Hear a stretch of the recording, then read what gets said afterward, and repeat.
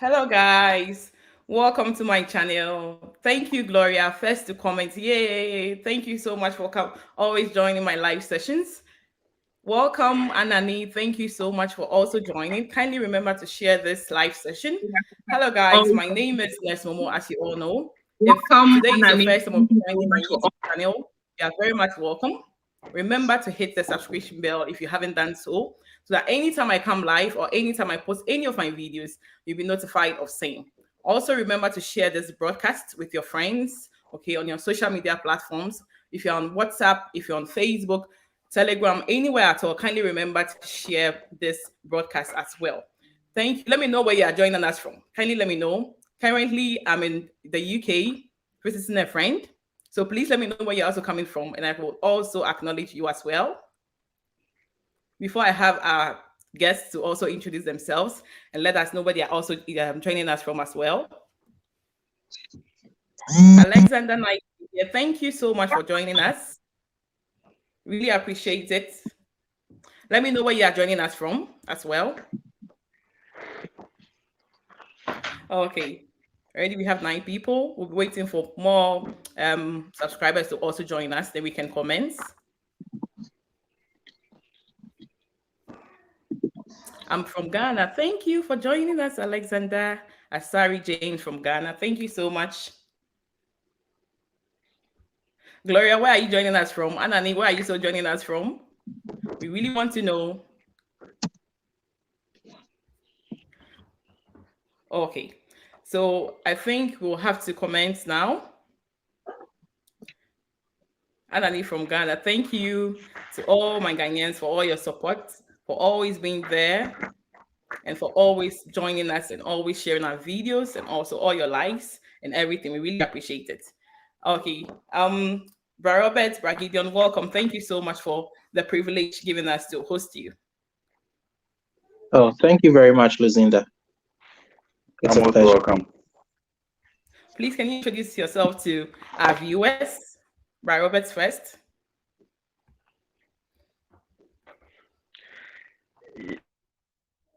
You already introduced me.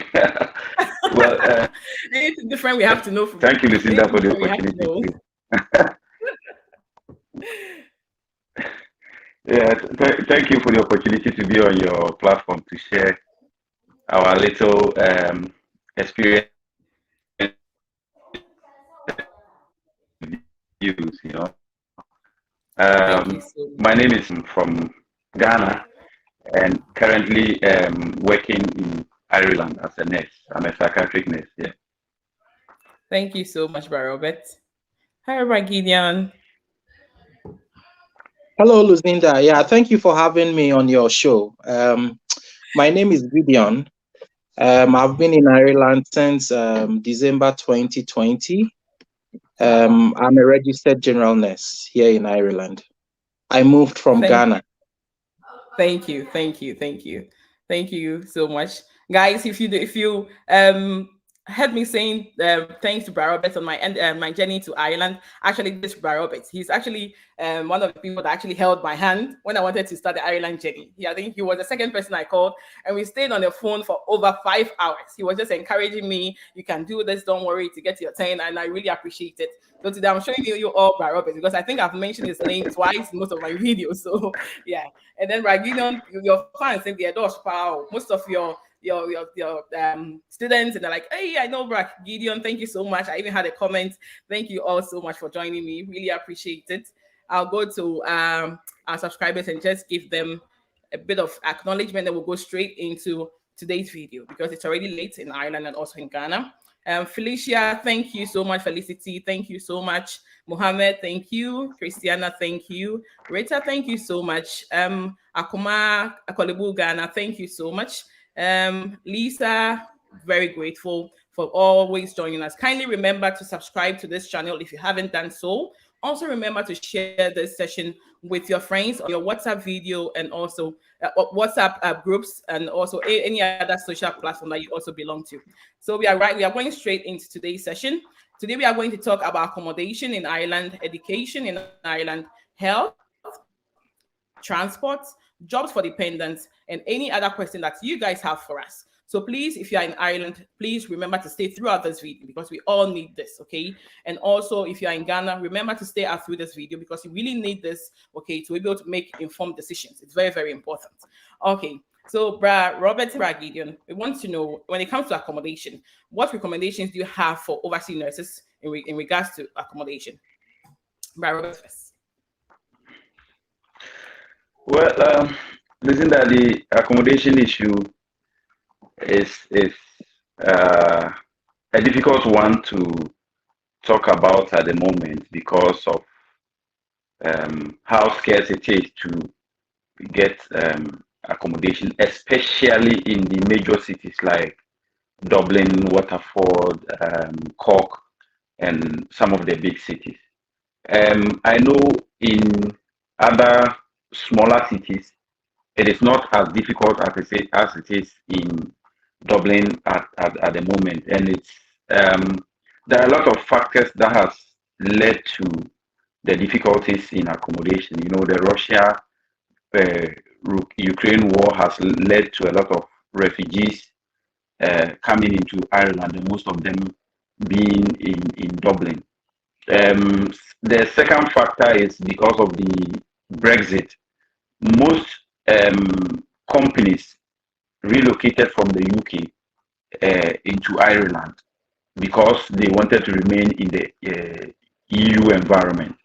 And you know, some of these IT companies pay a lot, and because of that, most of their staff here competing with them for accommodation is not easy, you know.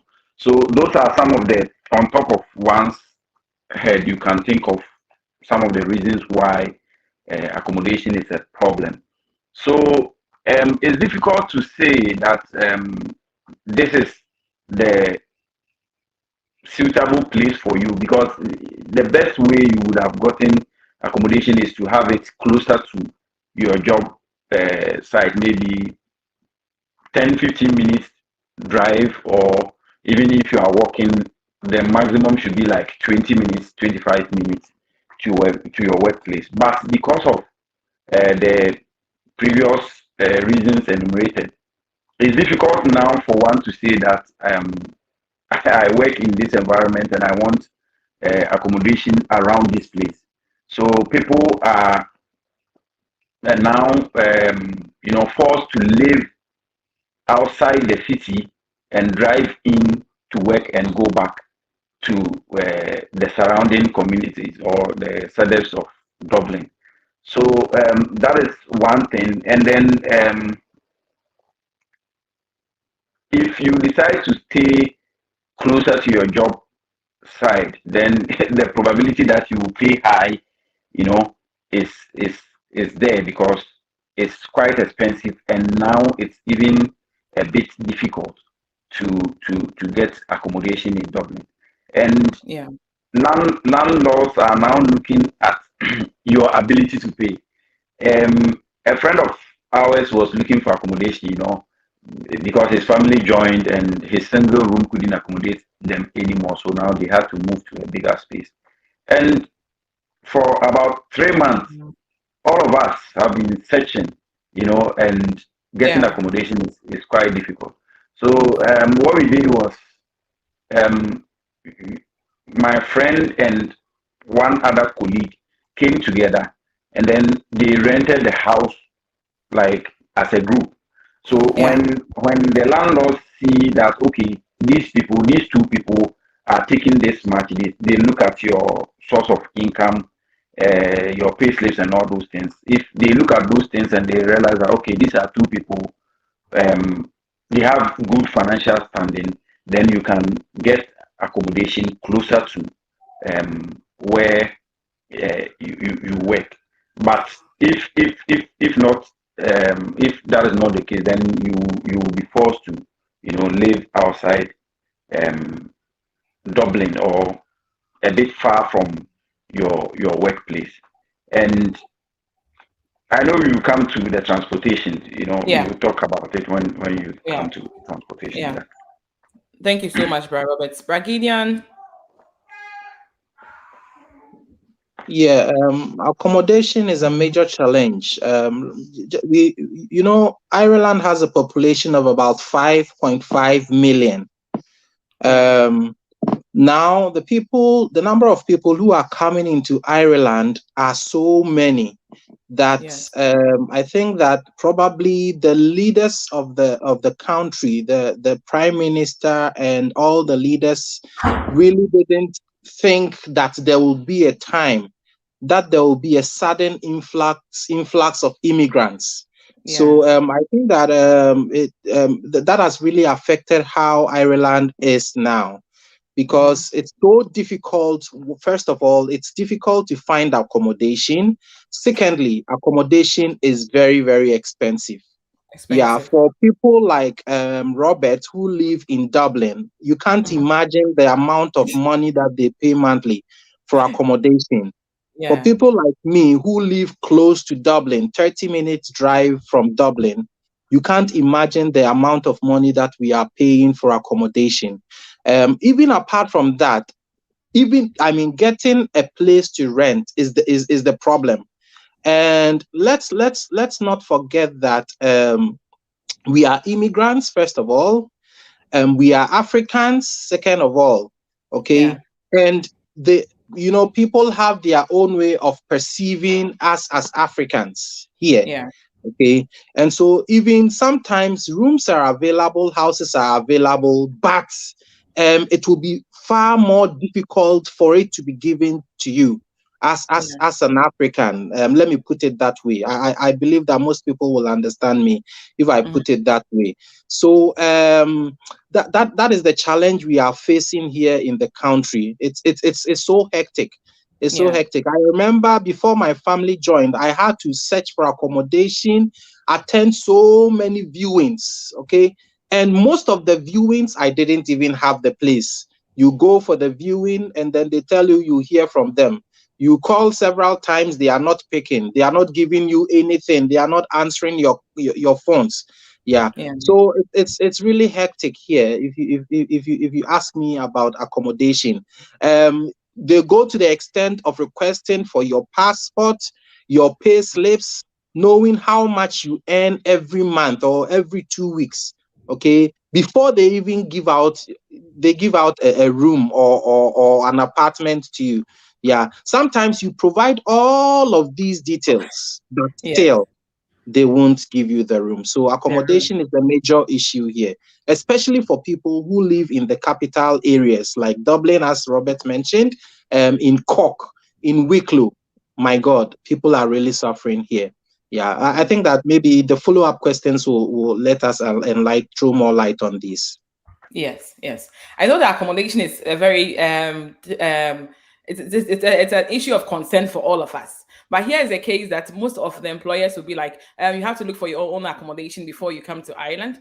And then we have an instance where we are all looking for jobs, yeah. And then maybe you have it in mind that I don't want to be in Dublin. I don't want to come to Dublin, but that's the only place that you found job. What should you do in this instance? I can use myself as an example. I always wanted to go to Donegal, but I ended up in Dublin because I have no choice. That's where I had my contract from. So I had to move in.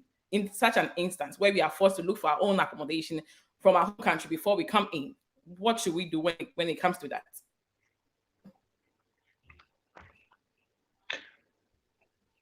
Yeah, Robert. I think for my advice to anybody who is yet to come in is that don't allow the agencies to push you to do something that will put you into trouble.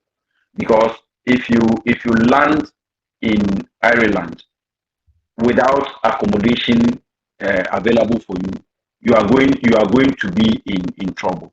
I think about some weeks ago, somebody got stranded at the airport. Yes. And it's Yes. not a pleasant thing, because, for instance, I am here with my wife and my three children. We are sharing a two-bedroom apartment. So even if I know you and you happen to be stuck But at the Robert, airport. sorry to cut in. I think there is a problem with your audio. I think I can also feel it. I think it's shaking a bit. And it's not very clear. Maybe I think the position of the phone or something. Yeah. Are you okay? I think I don't know. It's shaky a bit. Let me.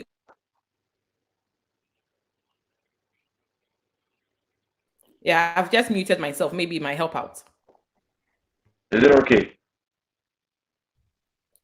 Please go on. I think maybe it might be the table or something shaking. It's a kind of I don't know. It's like a wavy No, sound. okay.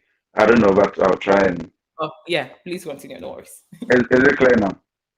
A bit better. Yeah. So what I was saying is that yes, we all need the job. We really want to get out of Ghana. I know Yeah. how the situation is back home.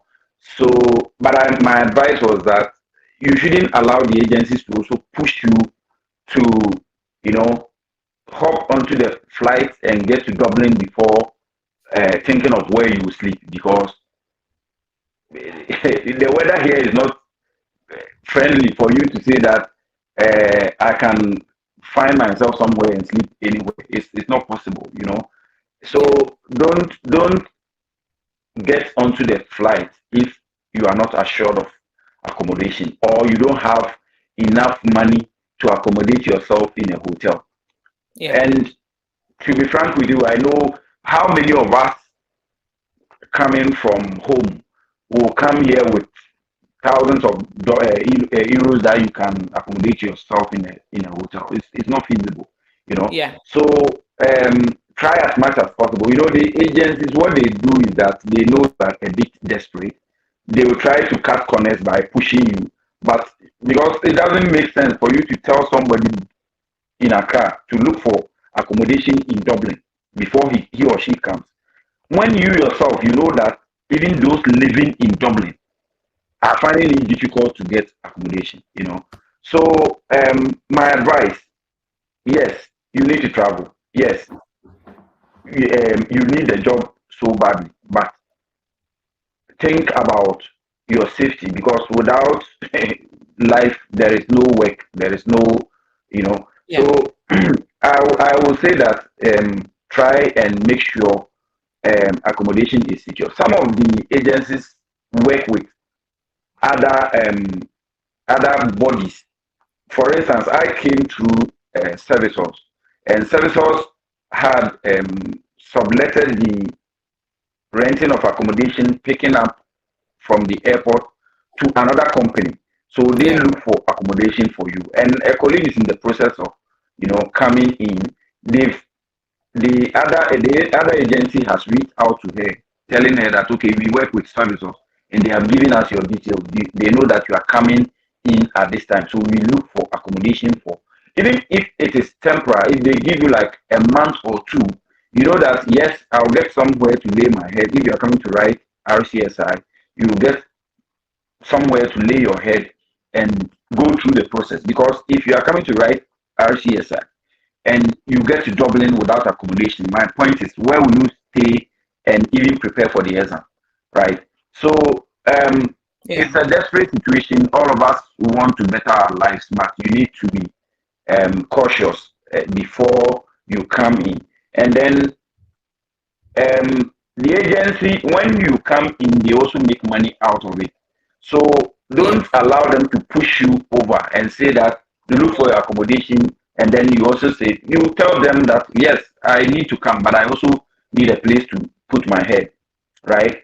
And Yes. I am not in the country, I have not been there before. Even those living there are finding it difficult to get accommodation. So try and get accommodation for me, right? If you are strict with them, they act. But if they say it and you think you tell them, okay, I'll contact a friend, and that trend is increasing now. They've got to realize that there are a lot of Ghanaian nurses, there are a lot of Nigerian nurses here, so they will tell you to contact colleagues.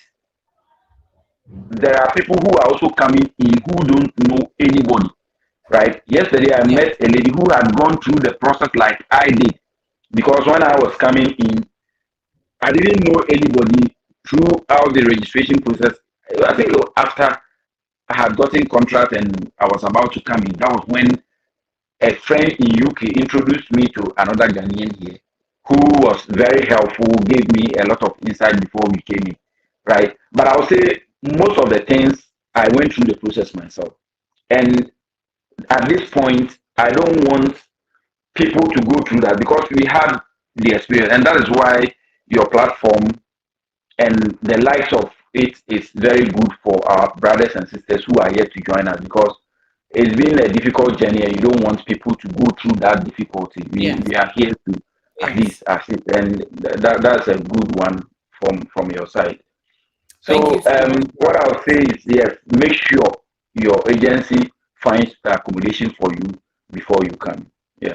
Yes. So make sure your agency finds you accommodation before you come to Ireland. We all know that you want to leave your home country. However, your safety should come first. You matter a Yeah. lot. Sure. The agencies are Sure. just interested in getting your money. They are just because they are going to make money out of you coming. So that's what they are interested in. They are just going to push you. So please make sure that you have an accommodation first before you come in. It's very, very important because we've had lots of unpleasant situations. That's what Brad Robert said. For those who said that the audio was not helping you out. I'll go to Brad Gideon too as well to also throw more light on it, and then we can move to other questions as well. Yeah, so Lucinda, sometimes I feel that the agencies are not doing enough. Yeah. Yeah, the agencies are just taking advantage of our vulnerable situation, because they know that as many nurses want to migrate to Europe as much as possible. Yeah. Yeah, so they are just relying on that to bring in more nurses without really thinking about where these nurses are going to sleep. The most Yes. important thing, if you ask me, is shelter. Yeah, because if you are going to come in and then you don't have a place to sleep, I mean, it's quite horrible. I remember my first few days here in Ireland. That was way back in December 2020. When I came in, I had to spend some 2 weeks at quarantine in a hotel.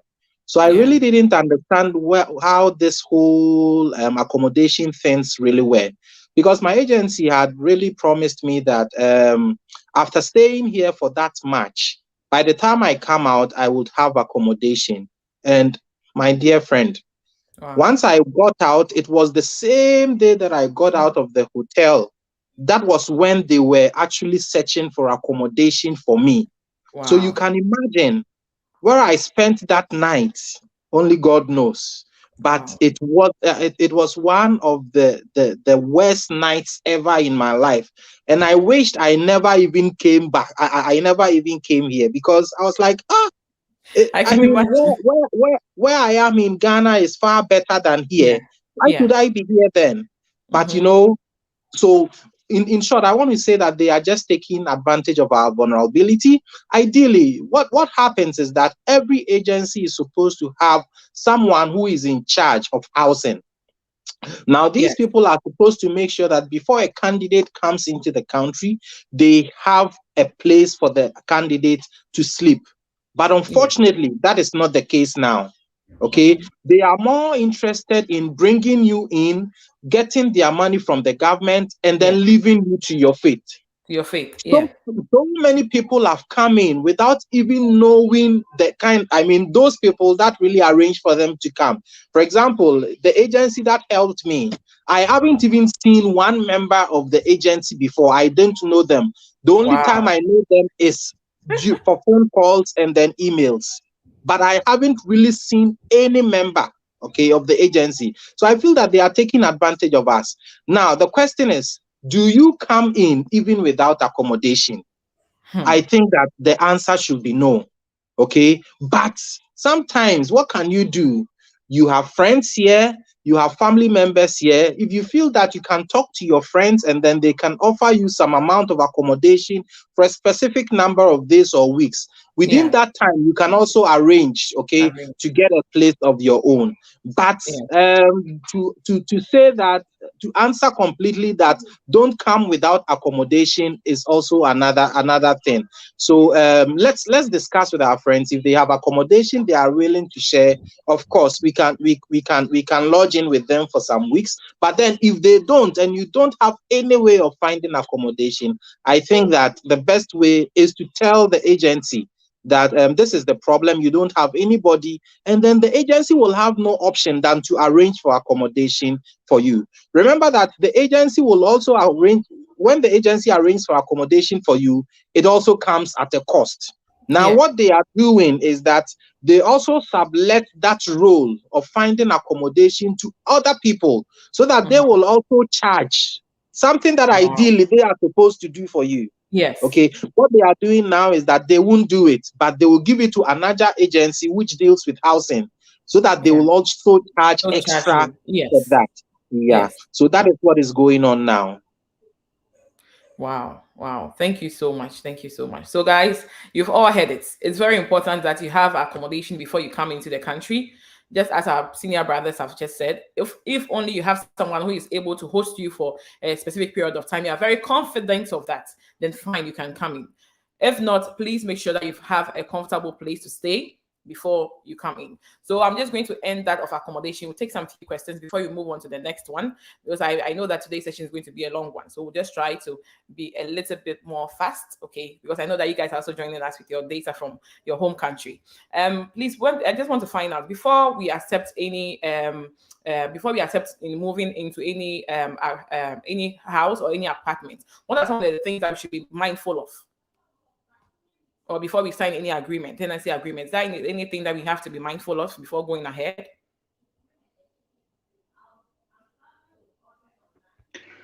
Well, I'll say that if you're already in Ireland and you are looking for accommodation, the best it's not easy, but the best way is to get accommodation from the landlord themselves. If you get to meet the owner of the property is very important because um, they tend to. I'll use myself as an example. They tend my landlord is the one who owns the property. So I rented it firsthand from the landlord. But sometimes you might not get that. You go through agencies. The agencies, mind you, if they take the room, say 1,005 from the landlord, they will give it to you like 1,080, 2,000. So if you get it from the landlord, that is good. It gives you, the amount of money you pay may be less than um, the what do you call it, if you are taking it from agencies. And then you should also look at security because there are certain parts of the city that may not be friendly. I remember when we came in first, we were looking to come get closer. I was with a friend, so we wanted to get closer to our workplace. I found an accommodation somewhere, very nice, beautiful 2-bedroom apartment.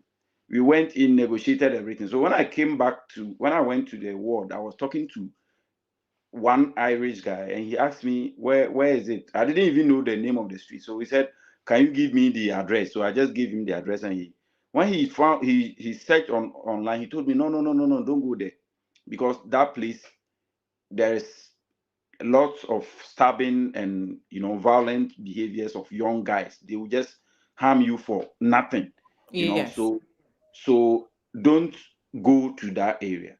And later I found out the guy saved me because it's something that is true. So you need to do a bit of checks, especially when it comes to security, to be Yeah. sure that the place is friendly for, especially if, like me, who was expecting that my family would join me along the line, because you can't live with kids in an environment that is hostile, because at the end of the Yes. day you may be safe, but the children will grow The up children taking might not some be of the safe. behavior. Yeah. So you have to look at safety as well. Yeah. Okay. Yeah. Yeah. Thank you so much. Bragidion, anything to say about this? Yeah, the location is very, very important. I think that people will probably be looking at staying somewhere that is closer to their workplace. But the issue is that you may not always find accommodation closer to your workplace. The good thing is that in Ireland, the transport system is very, very good. Okay, yeah. So Yeah. as long as you can check your time well, stick by your time, you are assured of getting a bus to wherever part of the country that you'll be going to. Yeah, Yes. so always also look at where the transportation is much closer. For example, some people might want to live in the hinterlands where maybe transportation or buses may not be running much frequently. Yeah, Mhm. with that, you need to reconsider, especially if you are not driving. Yeah. Also, most you see the difficult time here with housing is usually the winter period. Okay. Okay. So if you have to move into a house, make sure that this housing is well tilted, especially for the winter. Every house here in Ireland, or let's say most houses here in Ireland, have got energy ratings. So you have houses with energy ratings of A down to somewhere G. From A is the best, moving down, you know that it is getting worse. So always look out for the energy rating of the house. Yeah, so that you know that during winter at least you have enough warmth in the house, because winter can sometimes be crazy, you know. Can be Yeah, so crazy. it can be crazy. It can be crazy. So just make sure that you are in a house that is more comfortable, at least between grade A energy rating to maybe C, or let's say, yeah, C6 is okay. But if you want to move to an energy rating house of like EFG, then you must have lots of lots of blankets before you are able to live in such houses, because the cold will really drown you. Yeah, so let's look at kind of houses like that. And most houses, because they've not had habitation for a long time, you may experience issues with molds. Yeah. Molds are really so much here, especially when it gets to the winter time. Okay, you see lots Yeah. of mold growing up in very dark spaces, obscure places, and all of these are hazardous to our health. So you should also make Yeah. sure that the kind of housing you are living in or going to rent doesn't have molds there. If they have, then you should speak to the landlord, and then the landlord should probably do something about it before you move into that housing. But I'm losing that. The honest thing is that people are really desperate for the houses, so they don't even have time to check all of these. Okay, Yes, because that's the thing. just I'm actually imagine picking one someone. or two things from what you're saying. Exactly. Someone Yeah. is experienced expecting the family. He's applied for the visa. Visa takes so much time. Now the family are coming. 2 weeks to the family arriving, they don't still have accommodation. So do you think that this person, if he's given a G-rated house, he or she will not take?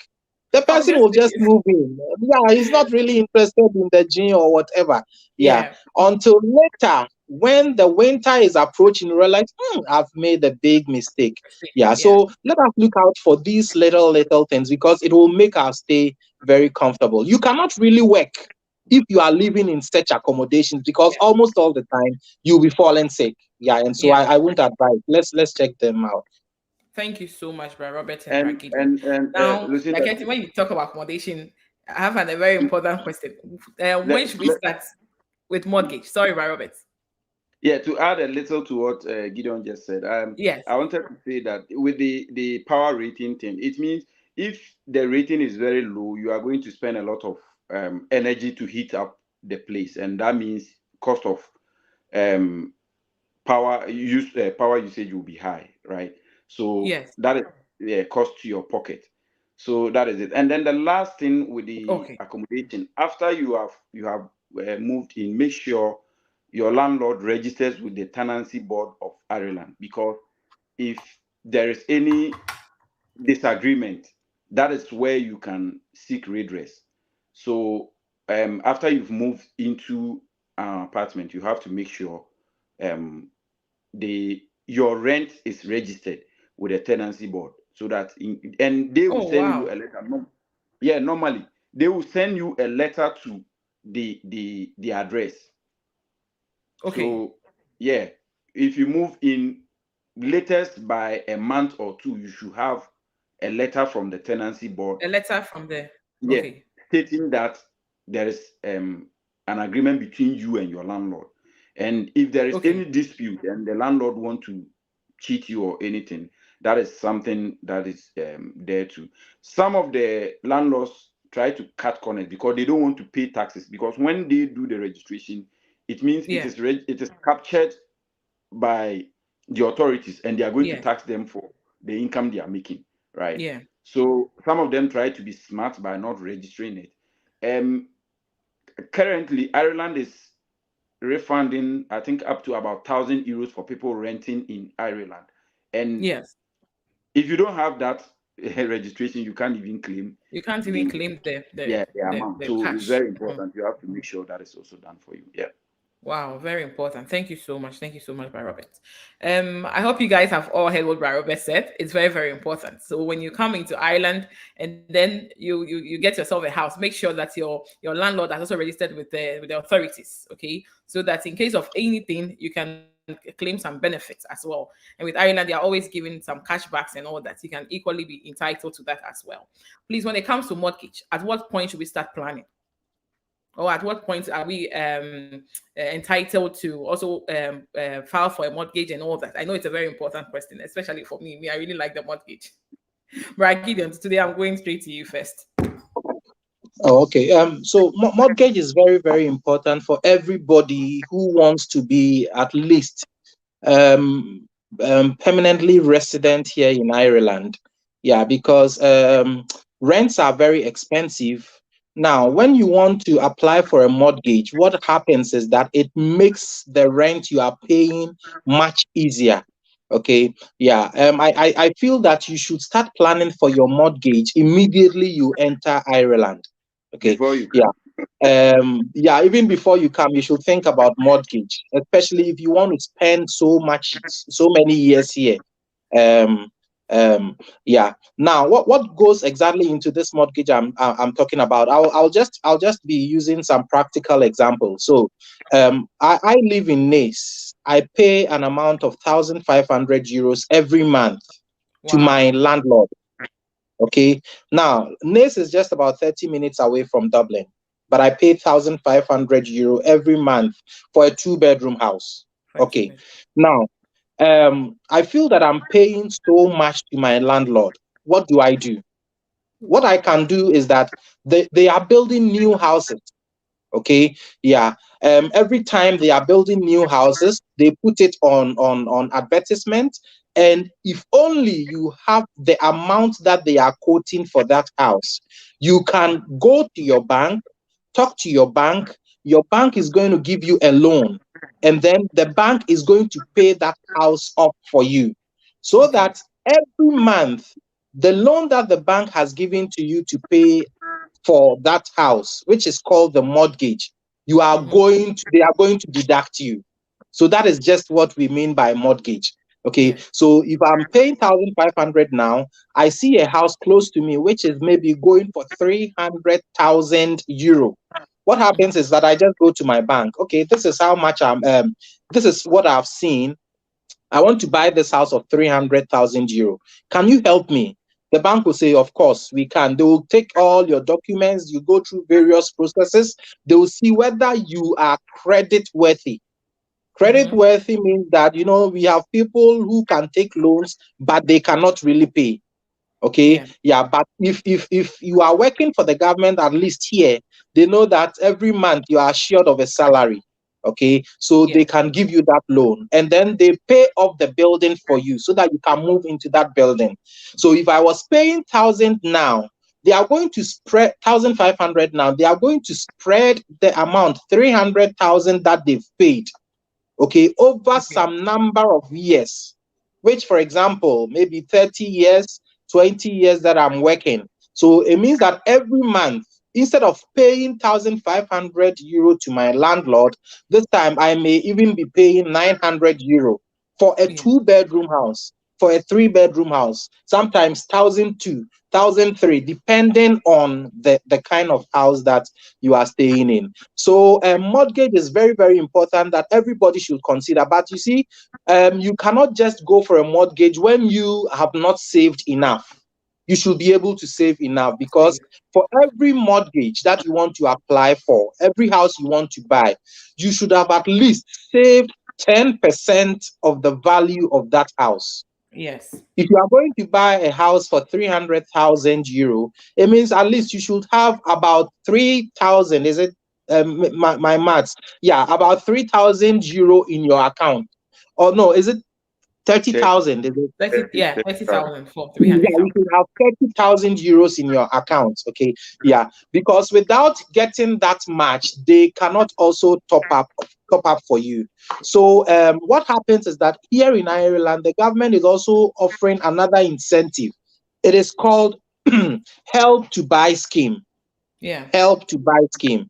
So with the help to buy scheme, maybe you don't have that 30,000 in your account.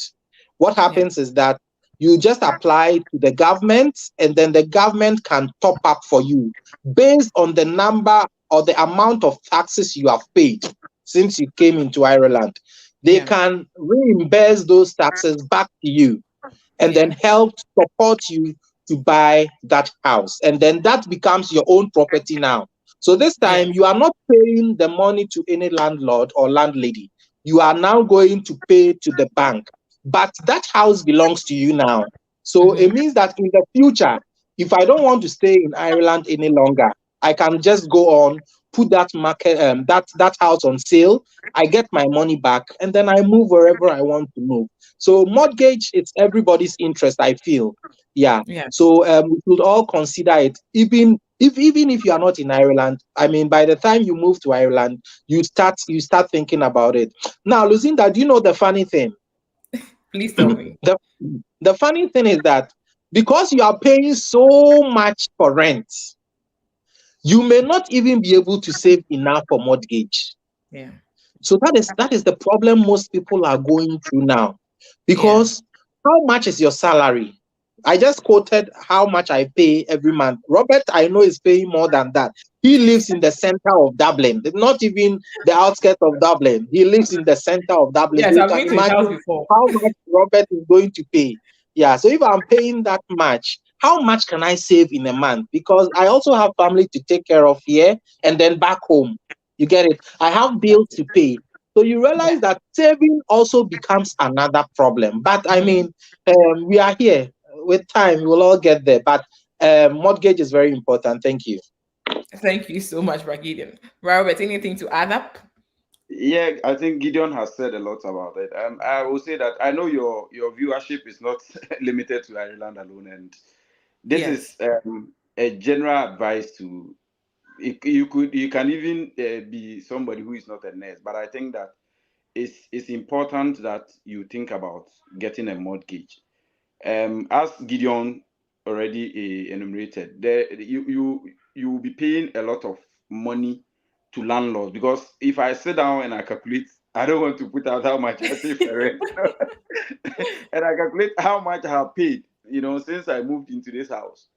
I think I can pay a deposit for an East Legon house, but Wow. the point is, this is where you live now, this is where you work now, this is where you have your immediate family, let me say. So it's better you get something here, because for instance, I use myself as an example. If I am to go and build uh, a 10-bed house in Ghana, which, if I put my mind to it that I want to do it within um, a year or two, should be able to finish it up. But the point is, if you put it up there, how long will I go back to Ghana and stay for more than 1 month?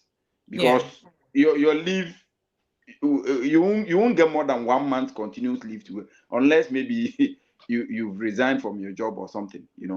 So um it's not very prudent to push money back home, put up building, and at the end of the day, you may not be there to live in. You know how our family members behave back home at times. They, Yes. they, Yes. they will just mess things up. If you give it, even if you are giving out on rent, the point is, how much is the rent out there? So comparatively, as for me, it is better you get a mortgage here. If you get, say, a 3-bedroom house, and you can only accommodate your family in say two. You can give out one for rent, you know. Yeah. So in that sense, as Gideon said, your rent has drastically reduced. So let's say Gideon paying 1,500.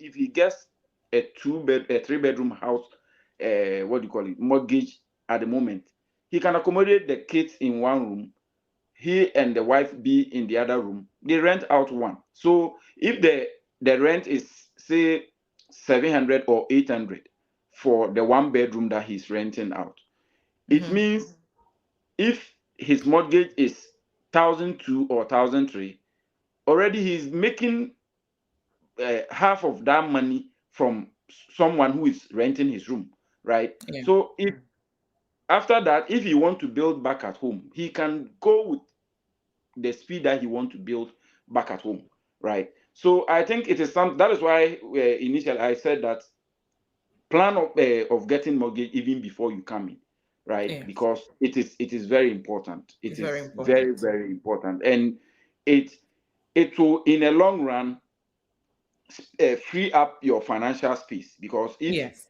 you continue to pay higher rent, you are not going to get the money to finish the mansion you want to put up back home, right? So if you get a mortgage and your rent is reduced here, you live in your own house. And as Gideon said, if you are going to buy a mortgage or you are going to buy a new house, definitely you look for a new house, right? Yes. So the rating, the power rating, and all those things will be, A and above, So how much you pay for bills and all those things will reduce. So it is very important to look out when you come in. As for that one, is very important, and especially for young fellas who come in. Like if you are not married, or let me say you are young, is good Yeah. for you, because I think the banks also look at how long you have to work. You know, if you are taking a mortgage and you are 50 plus, the risk is high that you won't be able to finish paying before you go on retirement. But if Yes. you are say 25, 30, it is good age for you to get mortgage. So it is the best decision you can take for yourself. Thank you so much, Brother Robert. Thank you so much, Brother Gideon. Okay, I think we are done with the first part. The second part, we are going to move straight into education. Okay, that is for ourselves and also for our family. Let's give I'll just try and acknowledge some of our viewers here who joined us, and then we can have some two questions in regards to accommodation before we move on to education. Thank you so much, Grace, for joining us. Grace from Ghana. Sandra, thank you so much. Kudos to you also. Sophia says, thank you, Sister Sophia. Says, how will we be sure that the accommodation they got is authentic, as in they are not pulling our legs? Okay, please, when your agency gets your accommodation, definitely they've gotten you an accommodation. That is from experience. Wendy, thank you for so much for joining us. Beatrice, thank you. Lisa, thank you so much. She says, what about those of us that are dealing with the hospitals and not agencies? How do we get accommodation? Robert, please, would you want to say anything about this? Well, I think I have not dealt with the hospital, so I can't really. But whoever you are dealing with the hospital should be able to. For instance, if the HR is the one leading the recruitment, they should be able to get somebody to, Yeah, assist in that, because the point is that you are coming into a foreign land and yeah. you need accommodation. Yeah. Yeah. I'll say that I think most of the times they know they can sense the desperation from us. Because for me, I came to an agency fine, but most of my colleagues that came to my hospital also came directly. They applied directly to the hospital, but yet they Yeah. got 2 month free accommodation. So sometimes we just need to stand our ground and let them know that we need a place to stay before we come in. If we are all having the same voice, I think that things will change. But if we find ourselves coming here with whatever they offer us, then definitely they'll keep offering us what they have. Yes. Esther says, after the arranged housing, is there a possibility to extend the period of housing? Okay, I'll end the questions over here so we can go through, because we have a lot of things to talk about. Then later I'll pick up some questions as well. So we are going straight into education. Please, before we go into education, if you know that you haven't subscribed to this channel, kindly remember to subscribe to this channel. Also like that video, because the more you like it, other people also have access to this video as well, and it also helps to grow the channel. It's very, very important. Thank you so much. Please, when it comes to education, okay, we know that as nurses we always want to upgrade ourselves and all that. At what point are we entitled to do so? Does a contract hold us to stay for a year before we can upgrade ourselves? All right, when we come in and we find our feet, we can just go straight into it. And when we want to also upgrade ourselves, like what kind of courses should we look at that will kind of help us? Right, Gideon? Oh, sorry. For every contract that you sign with your agency or the hospital, usually it binds you for 2 years. Okay, so here within 2 years you have a stamp known as stamp 1. Okay, yeah. Now with that stamp 1, it means that you are not recognized as an EU citizen. You are only given 1 year residency, so that after that 1 year you can further on go on to renew. Yeah. So most of the hospitals will not really want to sponsor you in terms of education. But the good thing here in Ireland is that every hospital, okay, or every facility has got what do we call it? Courses that you can enroll in whilst you are working. Okay, yeah. So these are courses that, I mean, every day or every week or every month you need to enroll in, just to build your confidence, to teach you so many new things. So the formal education, as in going to a university or going to for your master's or your degree, is usually secondary, and that will start coming in your second year. Okay, when you've spent 2 years already. Now, when you spend 2 years, what happens is that the hospital you are working in can sponsor you to do a course that will be beneficial to the hospital. I want to choose my words clearly. A course that will be beneficial to the hospital. For example, you came in with thinking that you want to be a diabetic nurse. Let's say a diabetic nurse specialist. Now, if the hospital you are in doesn't require the services of a diabetic nurse specialist, then your dream might be limited. What it means is that you have to further move on to another hospital that may be willing to sponsor you for that program. Here in there are so many specialist courses that you'll not find in other parts of Africa. Okay, yeah.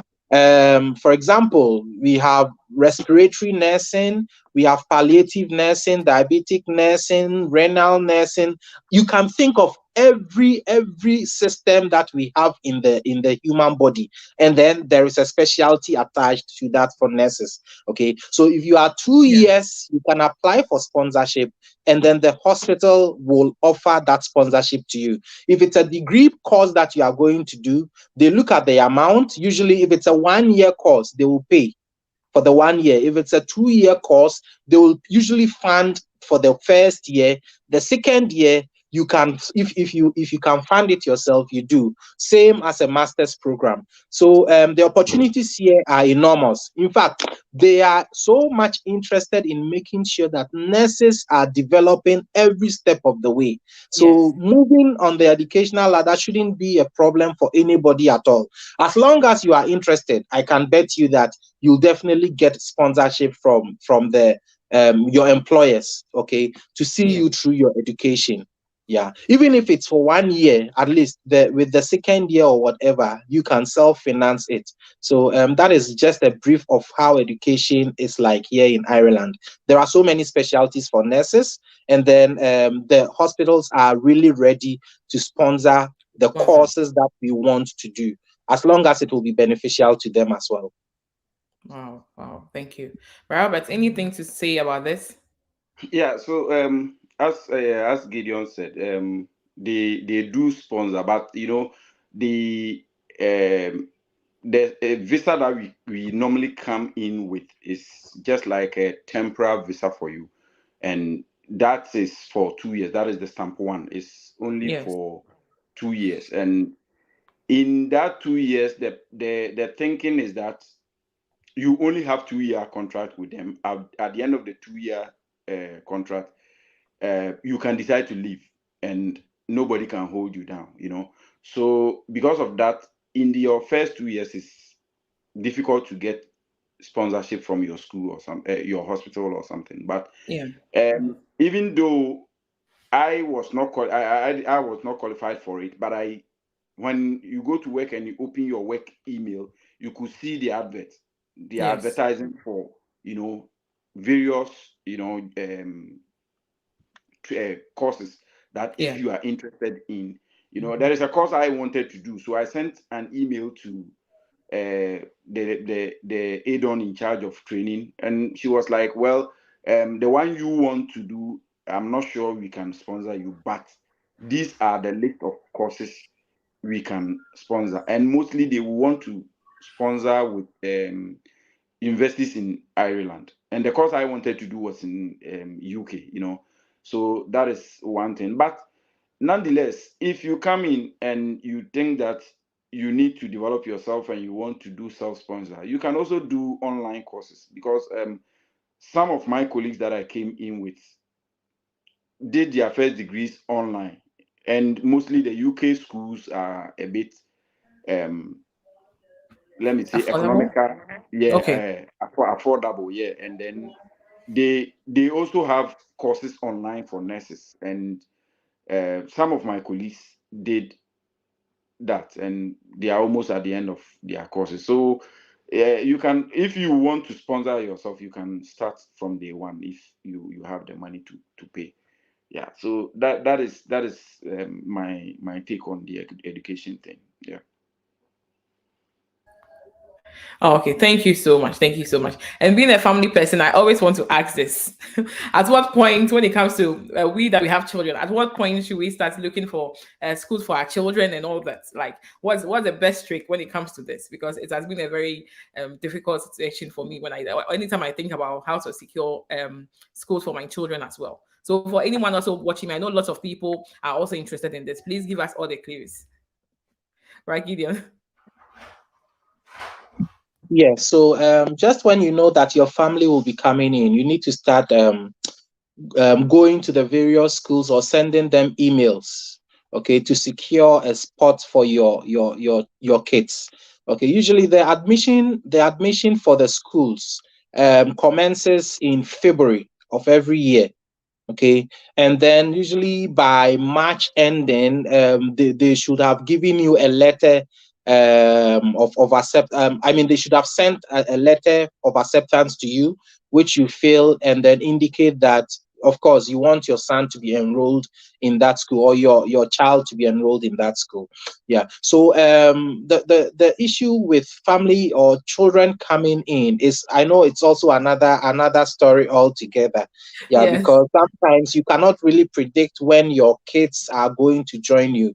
But if you are very sure they have their visa, even if it's past February, or Okay. if it's past March, you can always go into the school or send the school an email.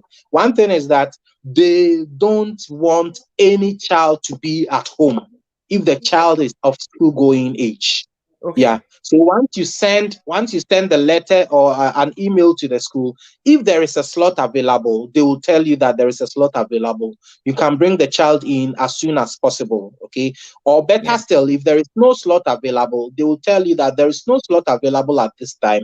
However, we will put you on the waiting list. If Yeah. a slot becomes available, they will give you a call, and then you can start enrolling your child. Yeah. You can send emails to various schools. Depending on where you are staying, there may be 3 or more schools around you. Okay. Sometimes you may not get the nearest school, but you may get a school that is a little farther away from where you are staying. Okay. And sometimes you may need to drive your kids to school. You may need to maybe order for a bus or a taxi for them. So it all depends on you. Yeah. So at every point in time, enrollment is ongoing, but usually the main enrollment time is from February every year to ending of March. Okay. Yeah, but even if you don't get that, anytime at all your kids come in, you can apply for them to any school, and then they should accept them if only Okay. there is peace. Yeah. Yes. Awesome. Awesome. Awesome. Robert, anything to add up, or you want me to take the next Yeah, one? I think their academic calendar starts in September, but as Gideon said, they start their enrollment early, so you can always put in application for the kids if you know they are coming in. Normally, if the child is coming in, and for instance, children like around age 6, it's easy to get for them because that is a new class that they are starting. They call them, there is junior infant and there is senior infant. That is a new class that they are starting. But when it goes to grade 1, grade 2, grade 3, those are a class that has been formed and they are moving on. So if the class is full, it's full. It's not like back home where they can pack the children. So if the class is full, it's full, especially those of us in the cities. So what happens is, for when I did the application for my kids, I have two little ones. So the small one, when I went, all the schools I went to, they said they have space for her. But the one who was in grade 3, I was wherever I went, they told me there is no space, so we put you on the waiting list, right? So they put you on the waiting list and wait for the school to reopen. Because of work issues, even accommodation issues, people move from places. So somebody may be living Yeah. around here and the child is attending the school. They have moved to a different place that the child cannot come to school at this place. So that creates a vacancy in there, and then they will slot your child in if you are next on the list, right? Okay. But those who are outside the city center where it is a bit crowded, Yeah. there are schools that are not full, so your child can walk in anytime and they will get space. So it will depend on the situation where you find yourself, and then the availability of space in the school. And Wow. this one I don't know, but my checks, when I was looking for school for my kids, I went to a particular school around my place, and they were like, no, they don't have space. But after school reopened and I saw the kind of kids that go to the school, I realized it may not be that there was not space, but I think some of the schools are reserved. I was talking to a Nigerian friend and he was like, you are right. Yeah. So some of the schools, when you go in, they will tell you no space, but There is space. yeah, there is space, but it's not for us. I understand. Yeah. Okay, thank you so Yeah. much, Robert Gideon. I think this brings Yeah. us to the end of a discussion around education. We will later also take some questions for education as well. Now I'll move straight to health. When it comes to health, is health free in Ireland? And what are some of the benefits that we can get as health professionals? Any medical card that we can access, if not for ourselves, maybe for our children, anything at all. Ragidian. Health is a basic right here in Ireland, but I should say it's not free. Yeah. For anybody who comes into Ireland, it is expected that you have a health insurance. Okay, there are so many health insurance packages that you can enroll with. I know we have LEIA, we have VHI, which are more of public healthcare schemes that you can enroll with. They are not too expensive. Okay. However, for kids, if you are below the age of 5 years, kids below the age of 5 years, they have free healthcare for all kids. And Okay. then if you are earning a salary, if you're a family and then you are earning a salary that is less than, and let me be specific. If you combine the salary as a husband and the wife, and then Mhm. weekly, you are earning less than, I think, is it less than 200 euro? No, is it? No, yeah, I think less than 250 euro. What Yeah. happens is that you qualify for a medical card. With a medical card, you can access health freely. No matter how many admissions that you have in any hospital, no matter the GP you go to, okay, all of that is going to be free for you. So health is not free. It's not free in Ireland. Everybody needs to pay. But the point is, it's not cash and carry here. Even if you are not on in any insurance, and let's say you fall sick all of a sudden, okay, yeah, maybe someone sees you on the street, takes you to the hospital. The most important thing that they are going to do is to take care of you. Now they take care of you, you are okay. Now the next question is, are you able to pay? For example, maybe the entire cost of your stay in the hospital is about 7,400 euro. Are you Yeah. able to pay? That's the question. If you are not able to pay, then what they will do is that maybe for a period, they are going to spread that bill for you. So that even if you are going to use 2 years to pay that bill, depending on how much you can afford, then they spread it for you. Okay, Yeah. that's a good thing. So it's not as if you are going to the hospital without money, you will not be cared for. Even if it is a very serious surgery or whatever that you need to embark on, they can do it for you, and then you pay back later. But my Wow. advice is that everybody should at least be on a health insurance. If Okay. you are on a health insurance, depending on what you've specified in your health insurance, you can always go to your GP, or even if it's not a GP health insurance, you can always go to the hospital free of charge without paying anything. You just need to take your bag. And most of the hospitals will give you 3 square meals. Okay. Yeah. Sometimes when my patients are eating and enjoy, I say, oh wow, these people are really having fun. Yeah, because the kind of care that you receive in the hospital, I mean, you won't receive that in most places in the world. It's Yeah. first class. Yeah, first Yeah. class. And I want to thank all Irish nurses for midwives, psychiatric nurses. I mean, all of us for doing a fantastic job, because almost all patients that come to our facilities have good things to say, especially with the kind of care that we give to them. They feel so much at home. And so that's what I want to say with regards to the health insurance. I mean, to Thank you. health. Thank you so much. Robert, anything to add up? Yeah, so as Gideon said, the health insurance is important. And normally, when you come in as those of us who are on stamp one, they will tell you, your agency or your employer will tell you to get a GP. And the GP, if your insurance covers GP consultation, then fine. But if not, if you attend to your GP, you have to pay cash, and that is it. And then certain examinations like X-ray and MRI, some of those things that are so difficult to get back home.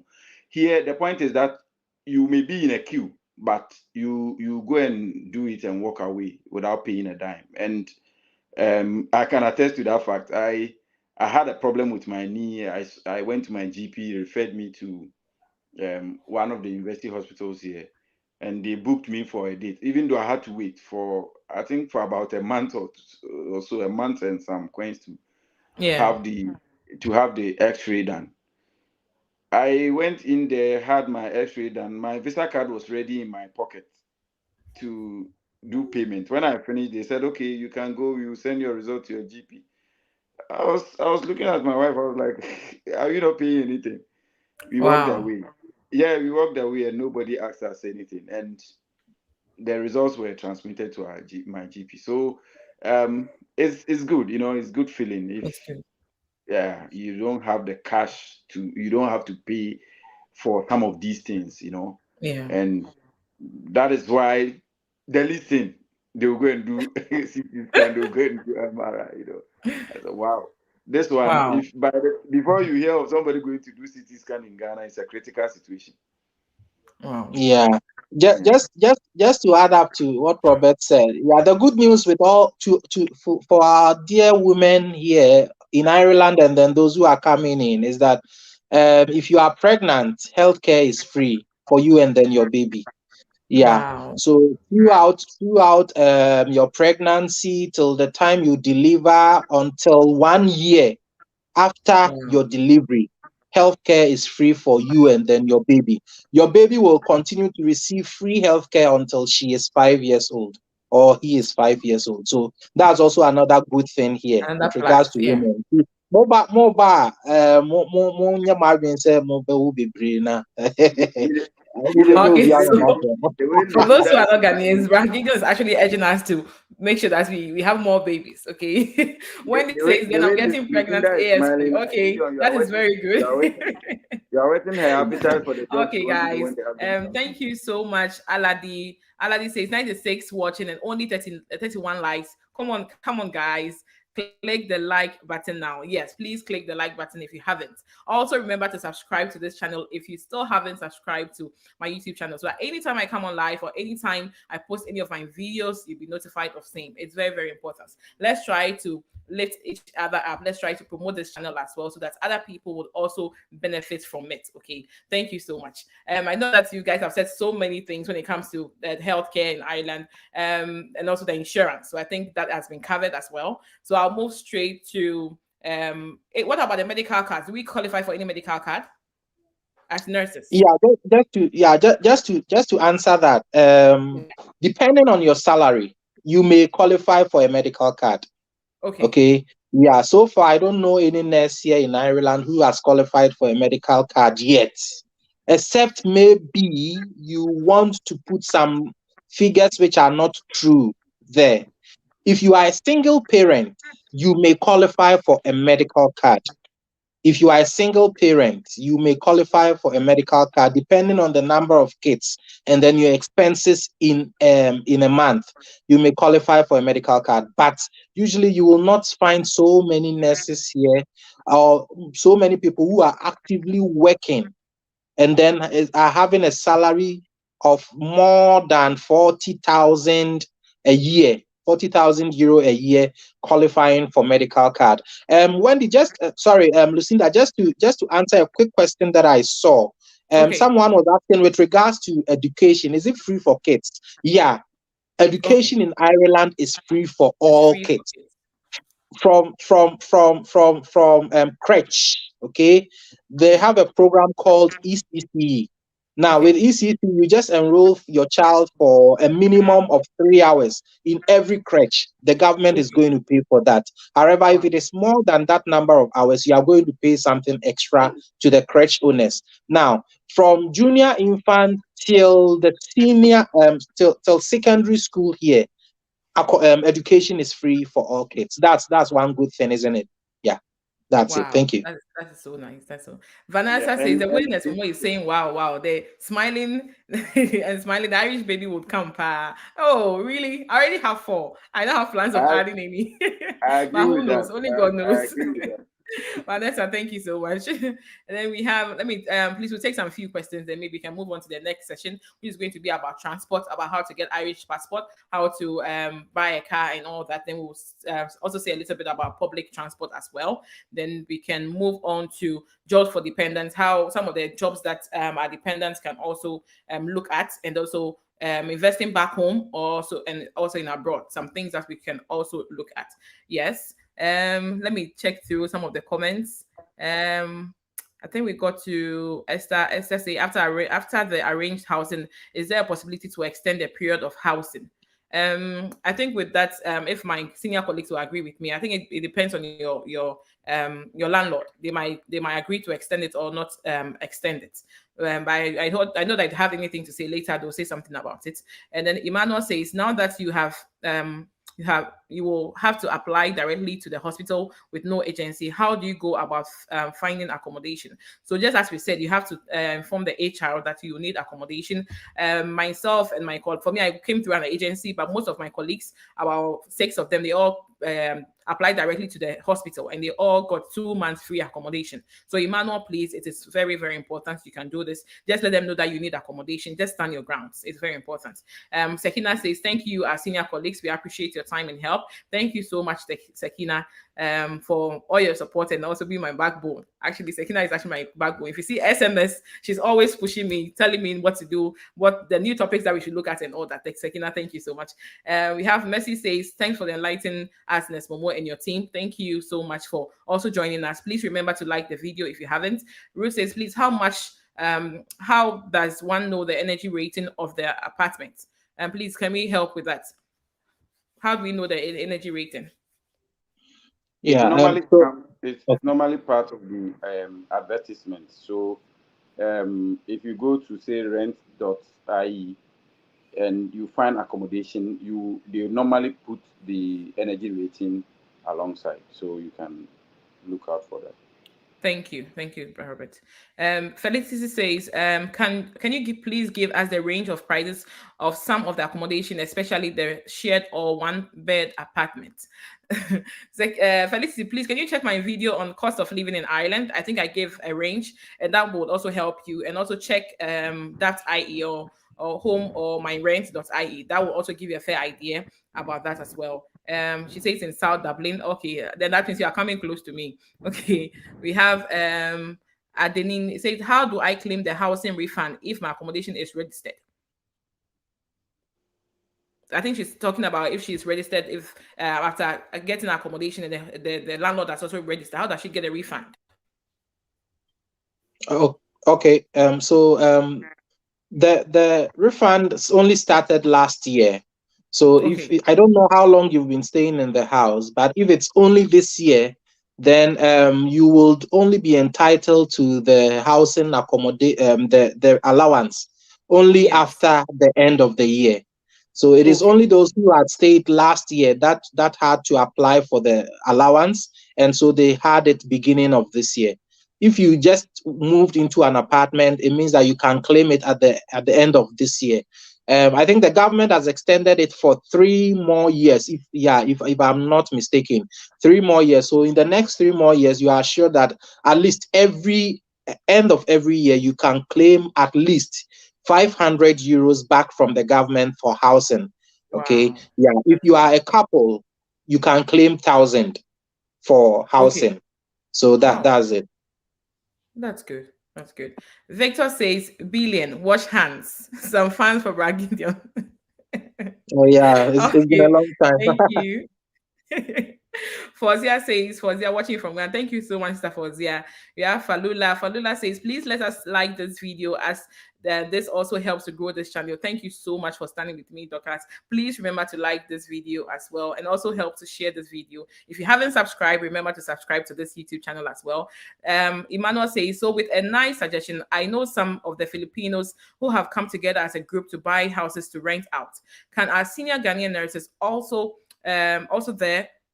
come out with the same scheme like that? Thank you so much. I know my senior nurses have heard you, and we also have a Ghanaian group as well. So I know that being the senior nurses of the group, I know they're going to take that into consideration. Thank you so much. Jennifer says, hand-picking, waving. Okay, I don't know where that one is coming from, but I hope that is directed to Bragidion. I'm sure it's most of your nurses. And then we have Evelyn say pickups. Thank you so much, Evelyn, my senior sister. And I also have my husband here. I'm here watching you from Ghana, my love. Thank you so much, husband. Right, Gideon. Robert. Husband, he's there for me. You have Priscilla. Priscilla says, Priscilla watching here from Ghana. Thank you so much, Priscilla. Mary Asante says, wash hands. Okay. And then we have Aladi. Aladi, please, which is the cheapest city to live in Ireland? Aladi, please watch my video on cost of living in Ireland. I have all those things explained. Some of the places are very cheap and some places are very expensive. So please watch that video. And then we have Victor says, repping liveness. And well, thank you so much, Victor. My own coach, thank you so much. And also the guy that always pushes me to kind of, back up and also up my game. Thank you so much, Victor. Jennifer says, great workness. More, thank you so much. And Anel, thank you so much. We have Chuke, okay, I can't mention that, but thank you for joining us. We have which one is the cheapest place to live in? Please check that video. And then we have, let me just go and then take a few more questions, then we can move on to the next section as well. And then Victor actually answered someone. Thank you. Deborah says, well done to you all. Please, does Ireland have credit cards like the UK? Oh, yes. Please, would any of you want to answer that? Yeah, Credit cards. there are credit cards. Almost all the banks have got credit cards, so you can always get a credit card. But some of them have, for instance, a bank like Bank of Ireland, they will ask you a lot of questions that may annoy you. So, but there are credit cards, AIB, the even what do you call it, the credit unions, all of them, they have credit cards. Awesome. So yes, there are credit cards, please. Grace says, wow, you guys have done really well. Thank you. Kudos to both of you and our health talk. Thank you, Safozia. Elizabeth says, please, how do we apply directly to the hospital for a job? Please go to on Indeed or Irish Job, search most of the hospitals. You can just apply directly to them. And then we have Richard says, sorry, I joined late. Don't worry, Richard. You're actually on time. We still have lots of things to talk about. Thank you so much. And then Barbara says, hi, I'm Barbara. I just joined. I might have this, but I would like to know how to get a hospital for an adaptation program because the agencies aren't recruiting anymore, if I'm right. Okay, Barbara, I'm actually planning a video live session on this, and then we can talk more about this and also help you on how to find hospitals directly as well. So please bear with me. But please go on Indeed or Irish Jobs. Okay, you can search for St. James and Beacon, a lot of hospitals. Okay, and just apply directly to them. Just don't go to the website of the agencies. Just go straight to that of the hospitals and just apply directly to them. Okay, thank you so much. Okay, so anything. Okay, Emmanuel says, as the women are enjoying free maternal care, what about the guys? Nothing for the guys, please. Nothing for the guys. Okay, so we are moving on to transport. When it comes to transport, please, how do we get an Irish license? Sorry. And when we come in, are we able to use our licenses from home? Right, Gideon. When you come into Ireland, if you are a qualified driver from Ghana or Nigeria or from whichever country you are coming from, let's say an African country, you can discuss that with the GADA. And when I say GADA, I mean the police. That's a local way of calling them here, the GADA. Okay, so you can discuss that with the GADA, and then they will confirm as to whether you are eligible to drive here with that license. I know for some African countries, you can drive for at least 6 months here in Ireland with your valid country license. But within that 6 months that you are driving with the license, you should make sure that you apply for a learner's permit, an Irish learner's permit. Okay, with the learner's permit, it also comes with its own rules, which are so much. The most notably, you need to make sure that at every point when you are driving with a learner's license in Ireland, you have a qualified driver sitting beside you, which is so difficult because some of us, I mean, we are here alone, and how will you always get a qualified driver to be sitting with you all the time? So that is one thing. So you can apply for your learner's license, and then you can be driving with that learner's license for at least 2 years. Okay, now within 2 years you need to apply for your original or your substantive driving license, so that you go for a driving test. If you pass your driving test, including some of the questions that they'll be asking you orally, then they issue your Irish driver's license to you. So it's a simple procedure, I should say. The first thing you should do is that just apply for your learner's license before you get that learner's license. Or I mean, right after, before you get that learner's license, it means that you should write a theory test. Okay. The theory test is about 40 or 35 questions of theory. Once you pass that theory, they can issue your learner's license to you. And we have so many past questions that you can read over the internet. So it's not too difficult to pass that.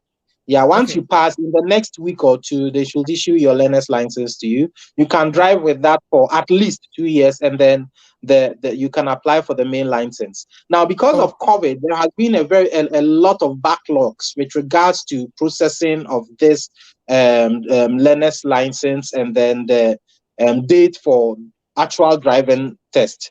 So sometimes it may delay.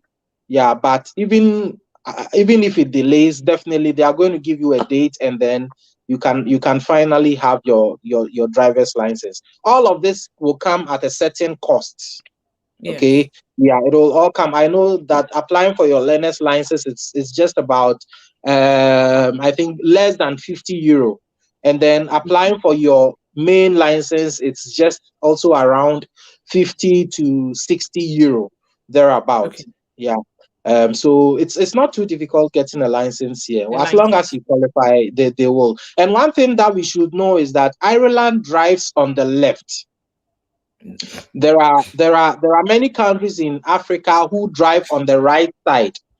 Yeah, so Ireland, just like UK, and then I know South Africa or some other countries in Africa, Zimbabwe, I think Zimbabwe, who drive on the left. Yeah, so if you are used to driving on the right, some of us came in. Yeah, so you have to reconfigure your mind.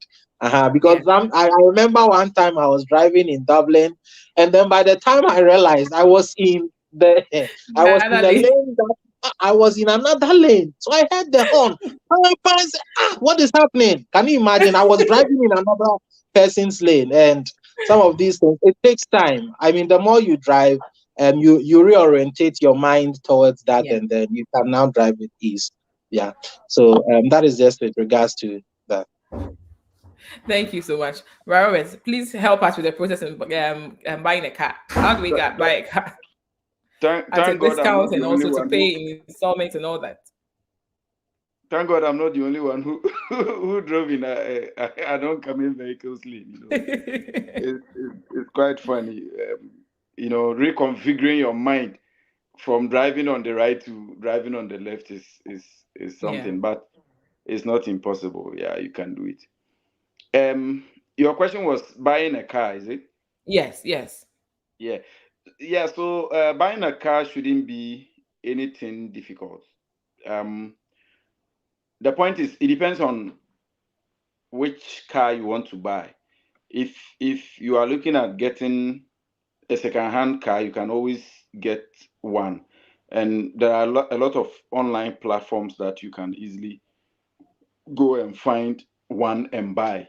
That is, if you are buying out of pocket, like cash, you can easily get one and buy. But let me sound this warning to friends that if you are buying a car and the car was imported from Japan, please don't go near it, because there are certain security features that those cars don't have.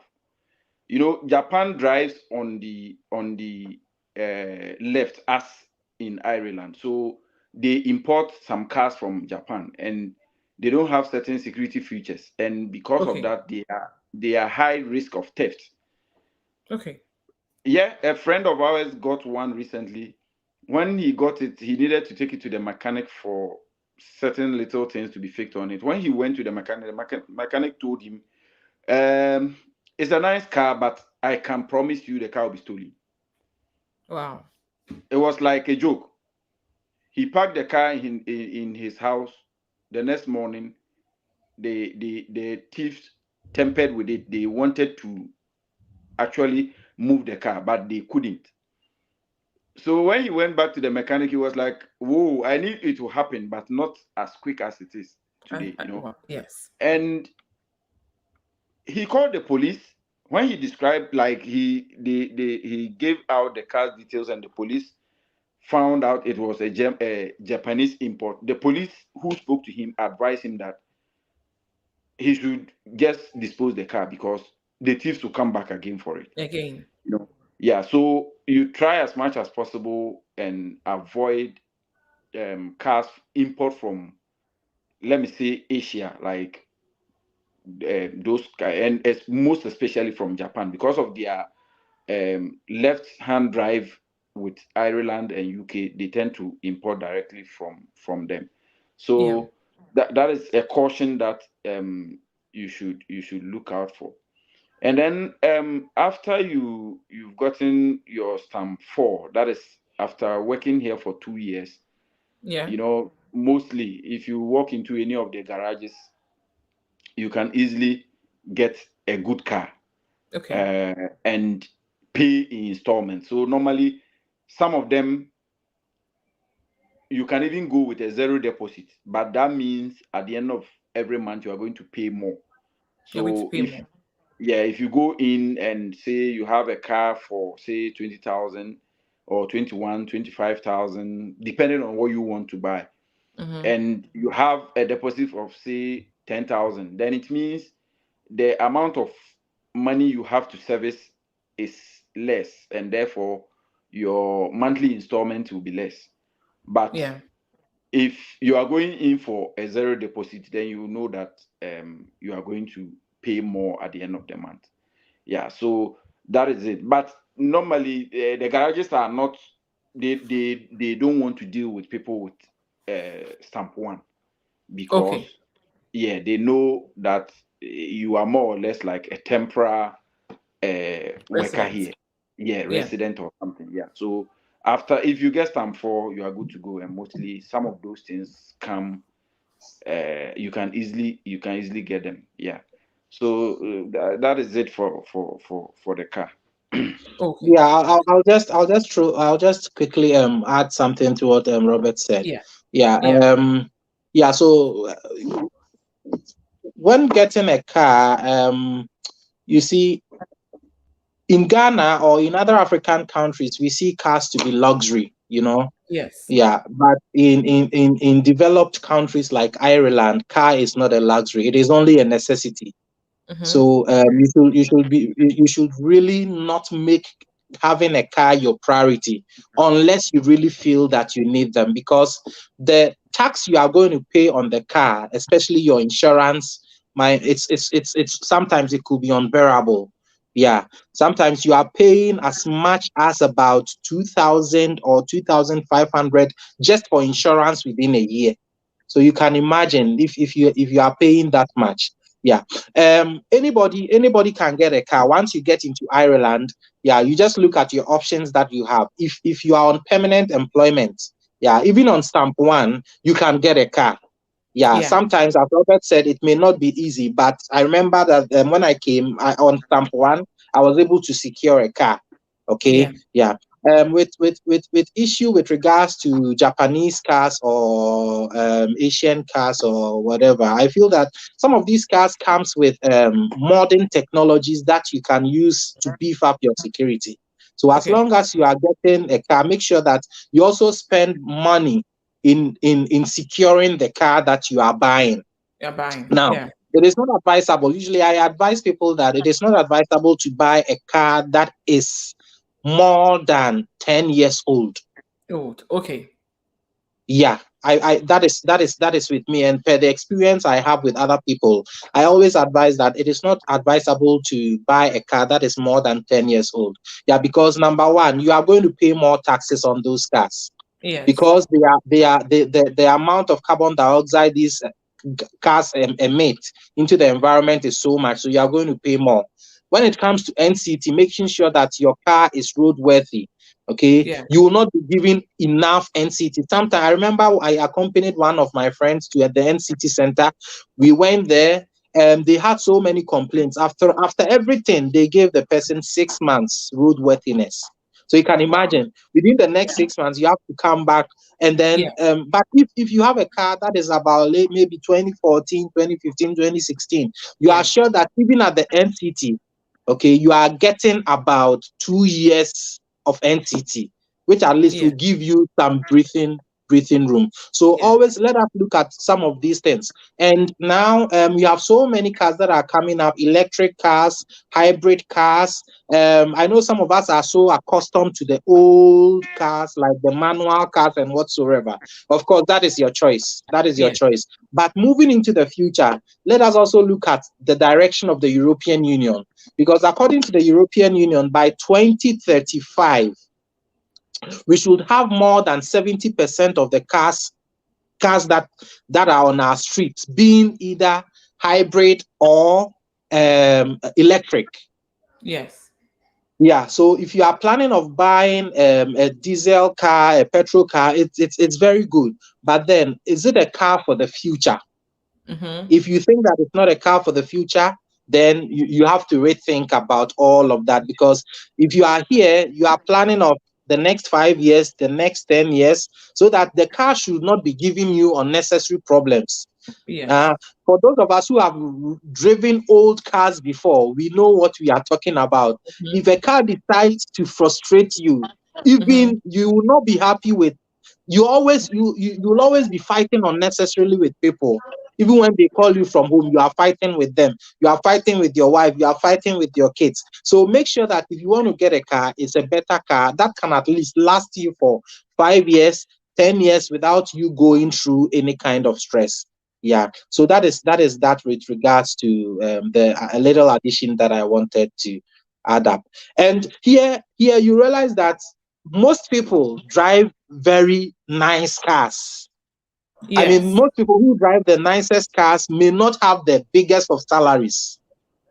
I remember when I came, I saw the car park, and then those who were coming out of the better cars, and I realized that most of them were not to belittle anybody, but most of them were actually HCAs.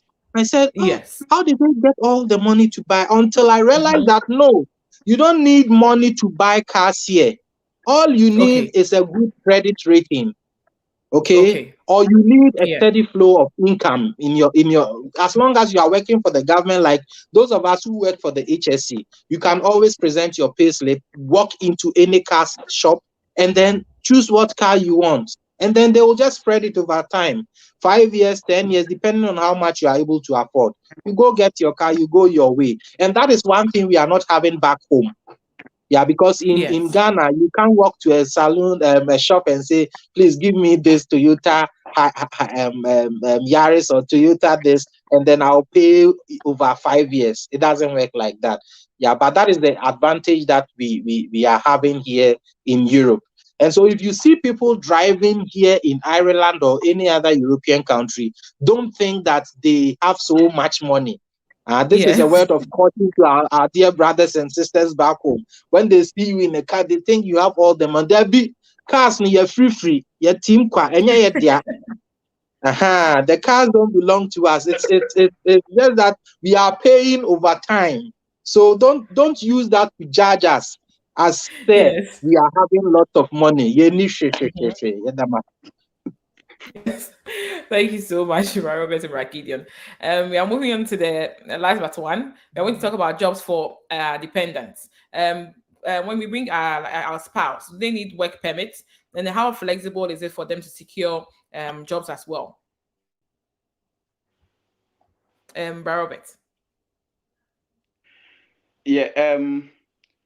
The if you bring in a spouse, your wife actually is entitled to work. So they are giving what they call stamp 1G, and stamp 1G they can find work and anywhere, any sector that they are. So I happen to be married to a nurse, so she just had to go through the process to register with NMBI and get everything sorted, and she started work. So spouse are entitled to work, and they even have let me see, a free space to operate, because I had to work with my facility for 2 years before I can walk away. But in her case, she can decide to change employer at any time, because she's not restricted on the stamp 1G. You are not restricted as the one who has the stamp 1, right? So she can even decide to do agency from the beginning if that is what she wanted to do. But the point is that you came in, you needed to get a place to do adaptation and all those things. So you have to find a hospital where you can work. But if your wife or your spouse is not a nurse and is a professional in other fields, you can just look for a job that the person that will be suited for the person. But sometimes some of them may not pay well. So it's advisable, if the kind of job the person does is not too lucrative to support you, the fastest way is to get them to do maybe the HCA course, and then they can take it from there. As time goes on, they can now settle and look at what they actually want to do. So that is it. The dependents, if you have a child who is, say, below 18, but for instance, I have a 16-year-old girl with me. Per the visa she was given, she can't work until she turns 18. And yes, when she turns 18, she can then apply for stamp 4. And with the stamp 4, she's also free. She can do whatever she wants to do, right? So if you have, say, a 16, 17-year-old child, then it means the child, when he or she comes in, cannot work until he or she turns 18, and then they can apply for stamp 4. And on stamp 4, you are just free to do whatever you want to do. You can work anywhere you want to work, right? And that is when, if they are in school, they are in college, they can work alongside going to school, because their school here is not too stressful back home. So and the parents of such children were trying to sign a petition to the Justice Ministry to review that, because they feel that if you have a 16-year-old, some of them are of, like, they are good. They can do certain small jobs like restaurant attendant and all those kind of things. But it's not been approved yet. So as it stands now, if you have an adult child of that age and he or she is not up to 18, they'll be given there's, I think, stamp 3 or so, and they cannot work. You cannot secure employment from anywhere. Yeah, so that is it. But for your spouse, they are good to go from day one. That's awesome. Right, Gideon, anything to add up to this? I think Robert has basically said everything. So once you are bringing in your spouse, I mean, they can always work because of the stamp that they are giving. If your spouse is a nurse, before your spouse can work as a nurse, then it means that they also have to go through the process of registering with the NMBI, just like you also went through.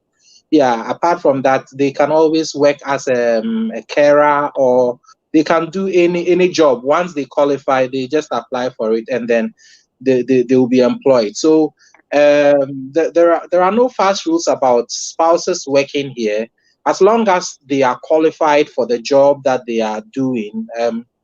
I mean, that is advertised. They can work. Even I know people who came as accountants, their spouses were accountants, but here some of them have been able to secure jobs, like in some accounting firms. Other people too, they are not yet they've not yet been accepted, but they are also finding their way out. They are working as carers, which they feel is even much better than maybe even working as an accountant or whatever. So it really depends. It really depends on the kind of job that your spouse or your dependent will need. I think with regards to the children who are 16 years, 17 or 18, Robert has touched on all of that. So that is that, the little thing I'll add. Thank you so much. Thank you. We are now on the last question. I know we've been here for almost 2 hours. Forgive me, guys. This is the last question. When it comes to investing back home, at what stage should we consider investing back home? And what I know this is very subjective, but what kind of business would you think that we should actually look at? And then should we look at investing in abroad first before investing back home? What are your takes on this, please? Right, Robert. Yeah, as you said, that is very subjective. It depends on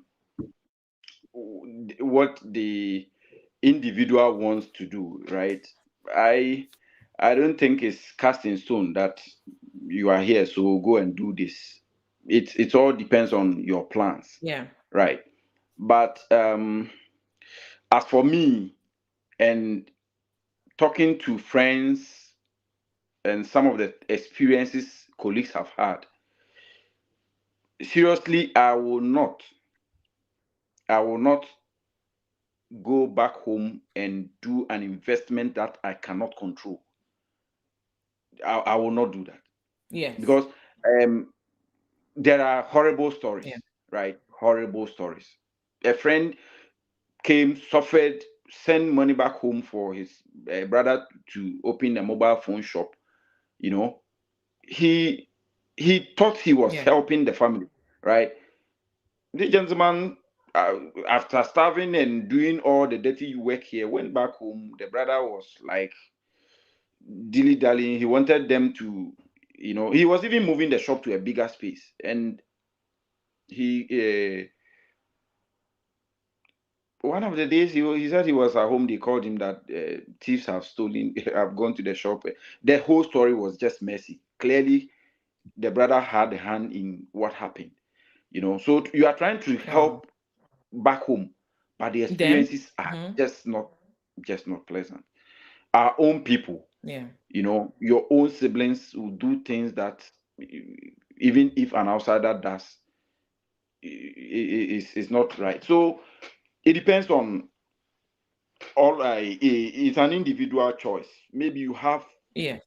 a trusted person that you can invest there, and the person will take good care of. But there are others who will not make it pleasant for you to go and invest back at home. So as for me, I will always say that, as we were talking about the mortgage issue, if you buy a house here and let's say you retire and you are back home in Ghana, you can still benefit from that house whilst back home in Ghana. When Yeah. we came in first, I came in with we came in as a group and we were living in a house. The owner of the house was in China. He's a Chinese. Okay. And I learned he has about 4 houses here because he used to live here and worked here. He has about Mm-hmm. 4 houses here. And he lives back in China. So at the end of the Wow. month, there is an account number. Go and pay your rent into it, and that is it. So he lives in China. He's enjoying his investment here. Right. Yeah. So I don't know. It's individual choice, right? Yes. But if you want to invest back home, maybe you can go into estate where you can build houses and use it for rent, or Yes. you can do something like Airbnb back home. I know that is gaining traction in Ghana now. Like lots In of Ghana people are too as getting well. that, Yeah. where you build for short stays and those kind of things. If you have enough money, hotel is a good business. But in all these things, please, you have to um, know that you have somebody that you can trust. Yes. If you have, say, your spouse, for a reason, your spouse is not here and he or she is in Ghana, and he or she can manage it, that is fair enough. But the experiences people that came before us and even those we came with have had with regards to sending money home and people mismanaging it is not pleasant. It's not So pleasant. Yes. if you are here and you want to do something at home, it's, as I said from the beginning, it's not cast in stone that this, but I think you should um, consider it carefully, so that you won't suffer here. By the time you get back home, uh, all your investment has gone down the drain. I happen to have met one Ghanaian guy here, and he said he has pure water businesses and other things. Because of that, now he cannot live in Ireland for more than 6 months, Yeah. because anytime he lives outside Ghana for more than 6 months, he goes back and everything is in a mess. So Wow. his children are here. Luckily for him, they are grown ups. I think the last born is in a college, so they work and school at the same time. But the guy himself, he said he cannot stay here for more than 6 months, because he will have to go back home and Yes. make sure his business is running well. Else, by the time you go back, the person you trusted has messed up your business. You know, so Mm-hmm. it depends. Yeah, seriously, it depends. If you have somebody It depends. that you trust and you know that this person is going to do a good job for you, fair enough. Fair But enough. please be cautious about it, because all the extra duties you are doing, all the long hours you are doing here, it's not worth it to send money back home, and at the end of the day somebody will mess you up. Yes. Yes. Thank you so much, my Robert. Brandon, anything to add up? Just maybe just something little. In investing, let us.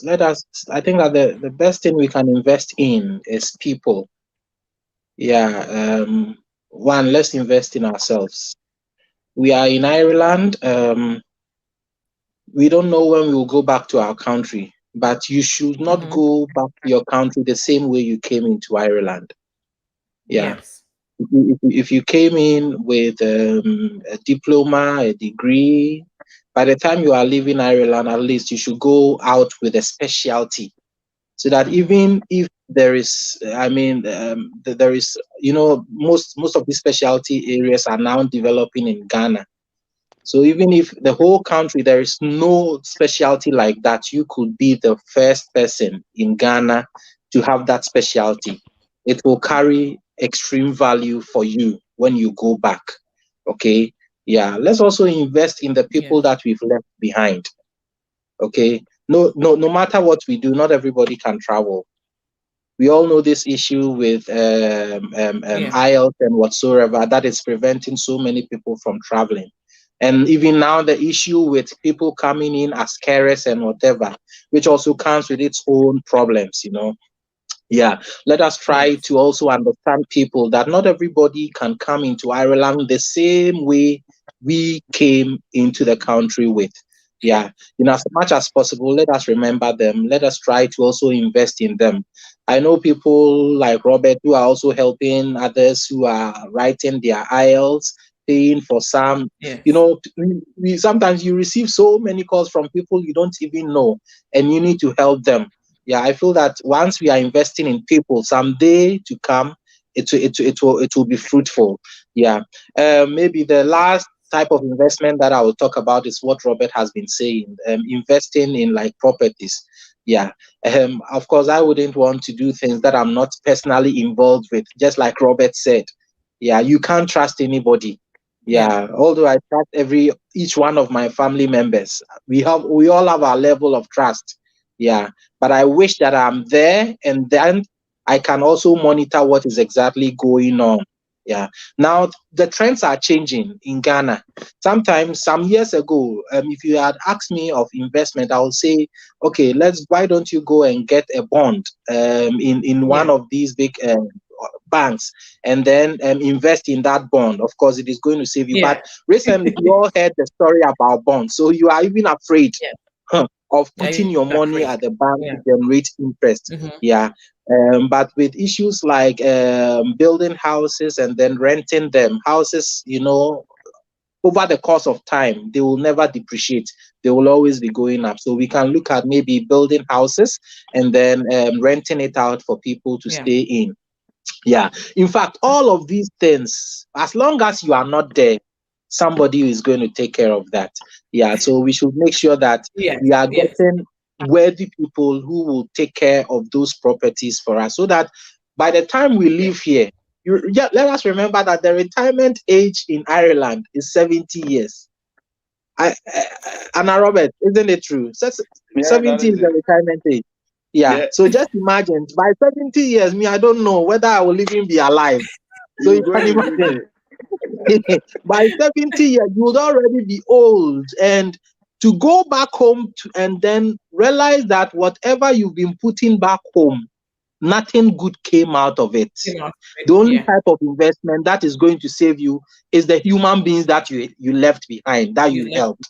That time, the buildings that you bought and whatever, people that might have wasted everything, but those people that you helped, they will never forget you. So that is the last thing that I want to say. Thank you.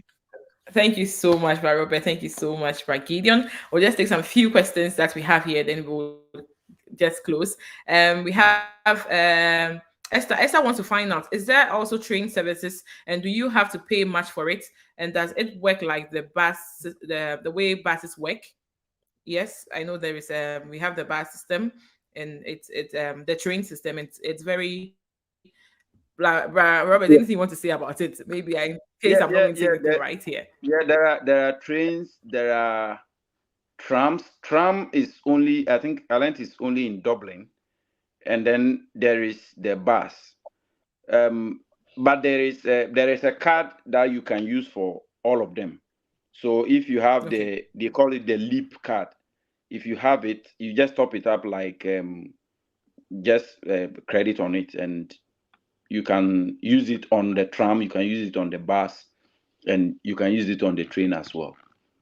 Okay. Okay. Emmanuel says that the dependent has to write IELTS to if she's a nurse. Of course. Yeah, yeah. Yeah. IELTS. Everybody have to write. Yeah. Yeah. Yeah. I think that some years ago, what they used to do is that if you've been here working for about 2 years, then they can waive off the IELTS for you. But let's hope that that is the case. But for now, if you come in as a dependent, you still need an IELTS to register with the NMBI to become a fully Okay. qualified nurse. You can't escape IELTS. You It will can't do always that. follow you. Okay. Lisa says, what of spouses who are also professional like doctors or lawyers? Is there a process like the nurses for them? Lisa, yes, there is a process for them, which I'm actually working on bringing someone to actually take us through the process of how other professionals can also join into Ireland. So please watch out for that as well. And then we have Esther. Esther says, what about spouses who came into school? Will they be able to do that with their visa given? Could you come clear? Will they be able to do that with their visa given? Could you come clear? Will they be able to do what with their visa given? I don't know if I'm really getting it, or maybe Gideon or Robert, did you? Sorry, the network. Yes. So I don't know if you are acting about. I don't know what you are really acting about, Esther. If you could really come again, or maybe Gideon, Robert, do you Yeah. understand the question? It Yeah. says, what about spouses who came into school? Will they be able to do that with Yeah. their visa Yeah, if I get her right, if you are given? given a student visa, usually the student visa comes with a work, yeah, a work allowance of about 20 hours per week. Yeah. So usually if you are on a student Okay. visa, you can also be working I'm actually alongside going to release a new alongside. video very soon that is going to talk about education in Ireland. Okay, how to come to Ireland through the educational pathway. So you can equally watch out for that as well. And then we have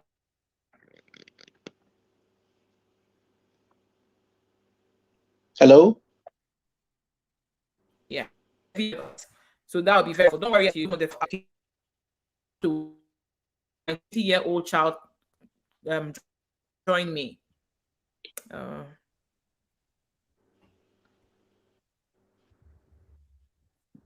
Hello? okay, Yeah. it's working now. Can you hear me? Joy wants to find out if it will be difficult for a 20-year-old child to join her. Uh, it will not be too difficult. Yeah. As long as that child is a biological child, she has to just go through the process of bringing her in. If you are bringing in minors, people less than 16 or Okay. 16 and younger, it's much easier than bringing in an adult who is more than 16 years old. So it will not be too difficult, I should say, if it is a biological daughter or a biological child. Yeah. But it will not be as easy as bringing someone who is less than 16 or 16 years, yeah, into the country. It's a different approach, because you need to clearly demonstrate that you are the only one taking care of that child. If you can't, if you can't clearly demonstrate that you are Oh, the only okay. person taking care of that child, then it becomes much difficult for you. Yeah. Okay. Okay. Thank you so much. Original say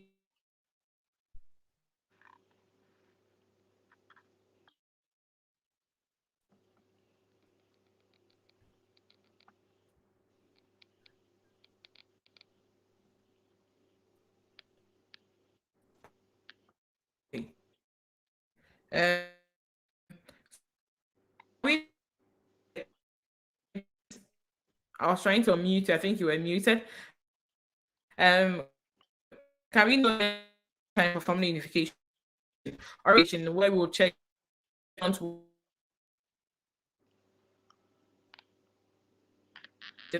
Lucinda, we your don't network. you didn't services because we have lots of fun here when you come. You have lots of gym, lots of pubs and all that.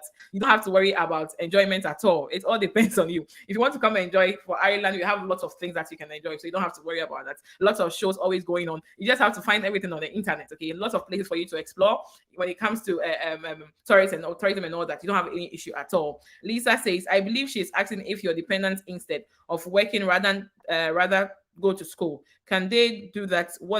Can they do that with the type of visa given? Okay, I believe she's asking if your dependents instead of working rather to go to school. I still don't get you, Lisa. Brad Gideon, Brad Roberts, please, do you understand the question? I don't know. We are. I'll try to.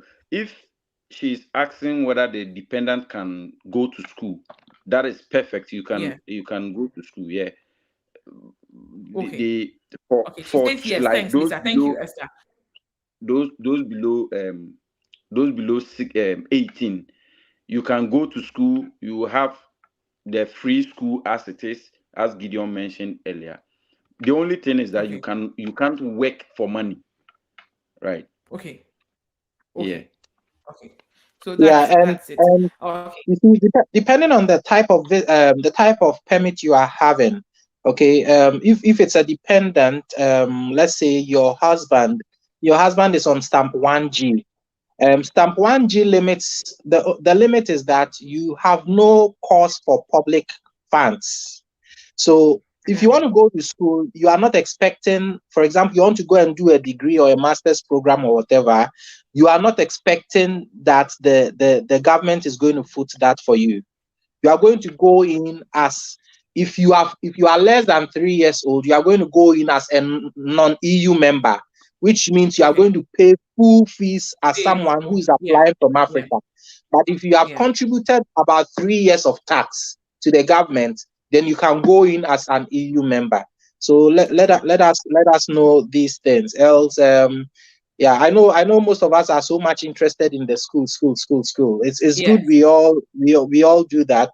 But if care is not taken, you realize that you start the school and along the way you need to break because you were expecting that you were going to get some free stuff which is not coming. Yeah, Yeah. else yeah. So if it's 3 years, you qualify as an EU, so you pay EU fees, which is so lesser than, I mean, which is far lesser than someone who is applying It's not as non-EU.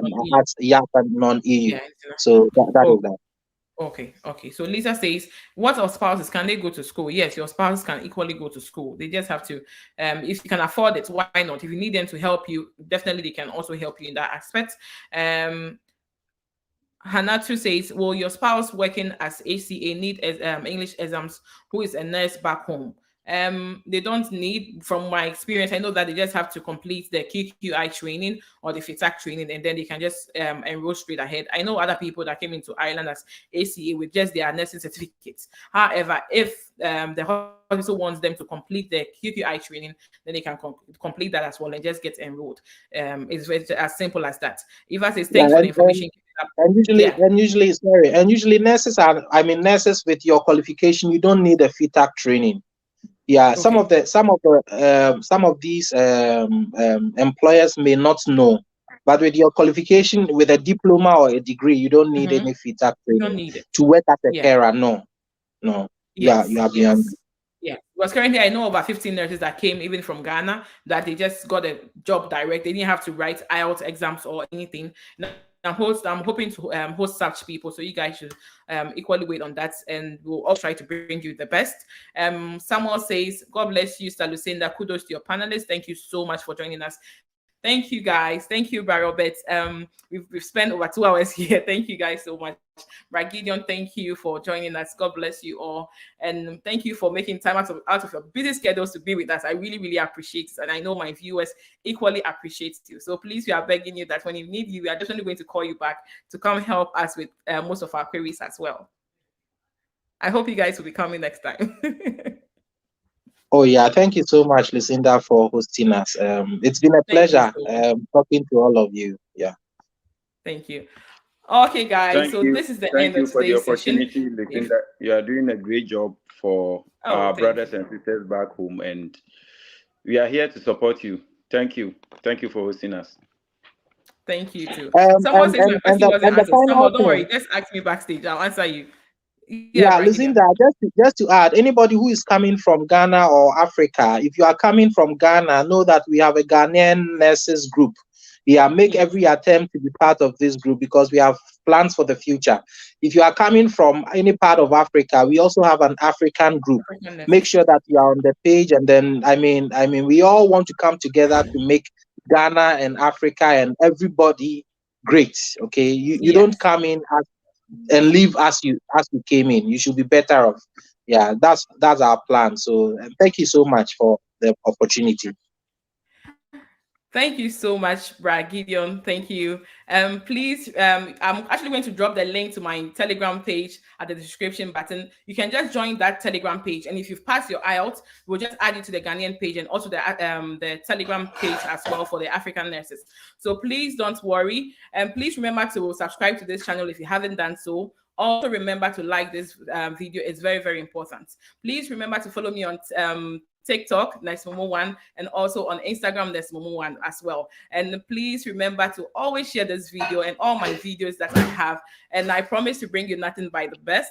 And thank you all so much for always coming through to always support whatever that I'm doing here. Thank you guys so much. See you all soon on my next video.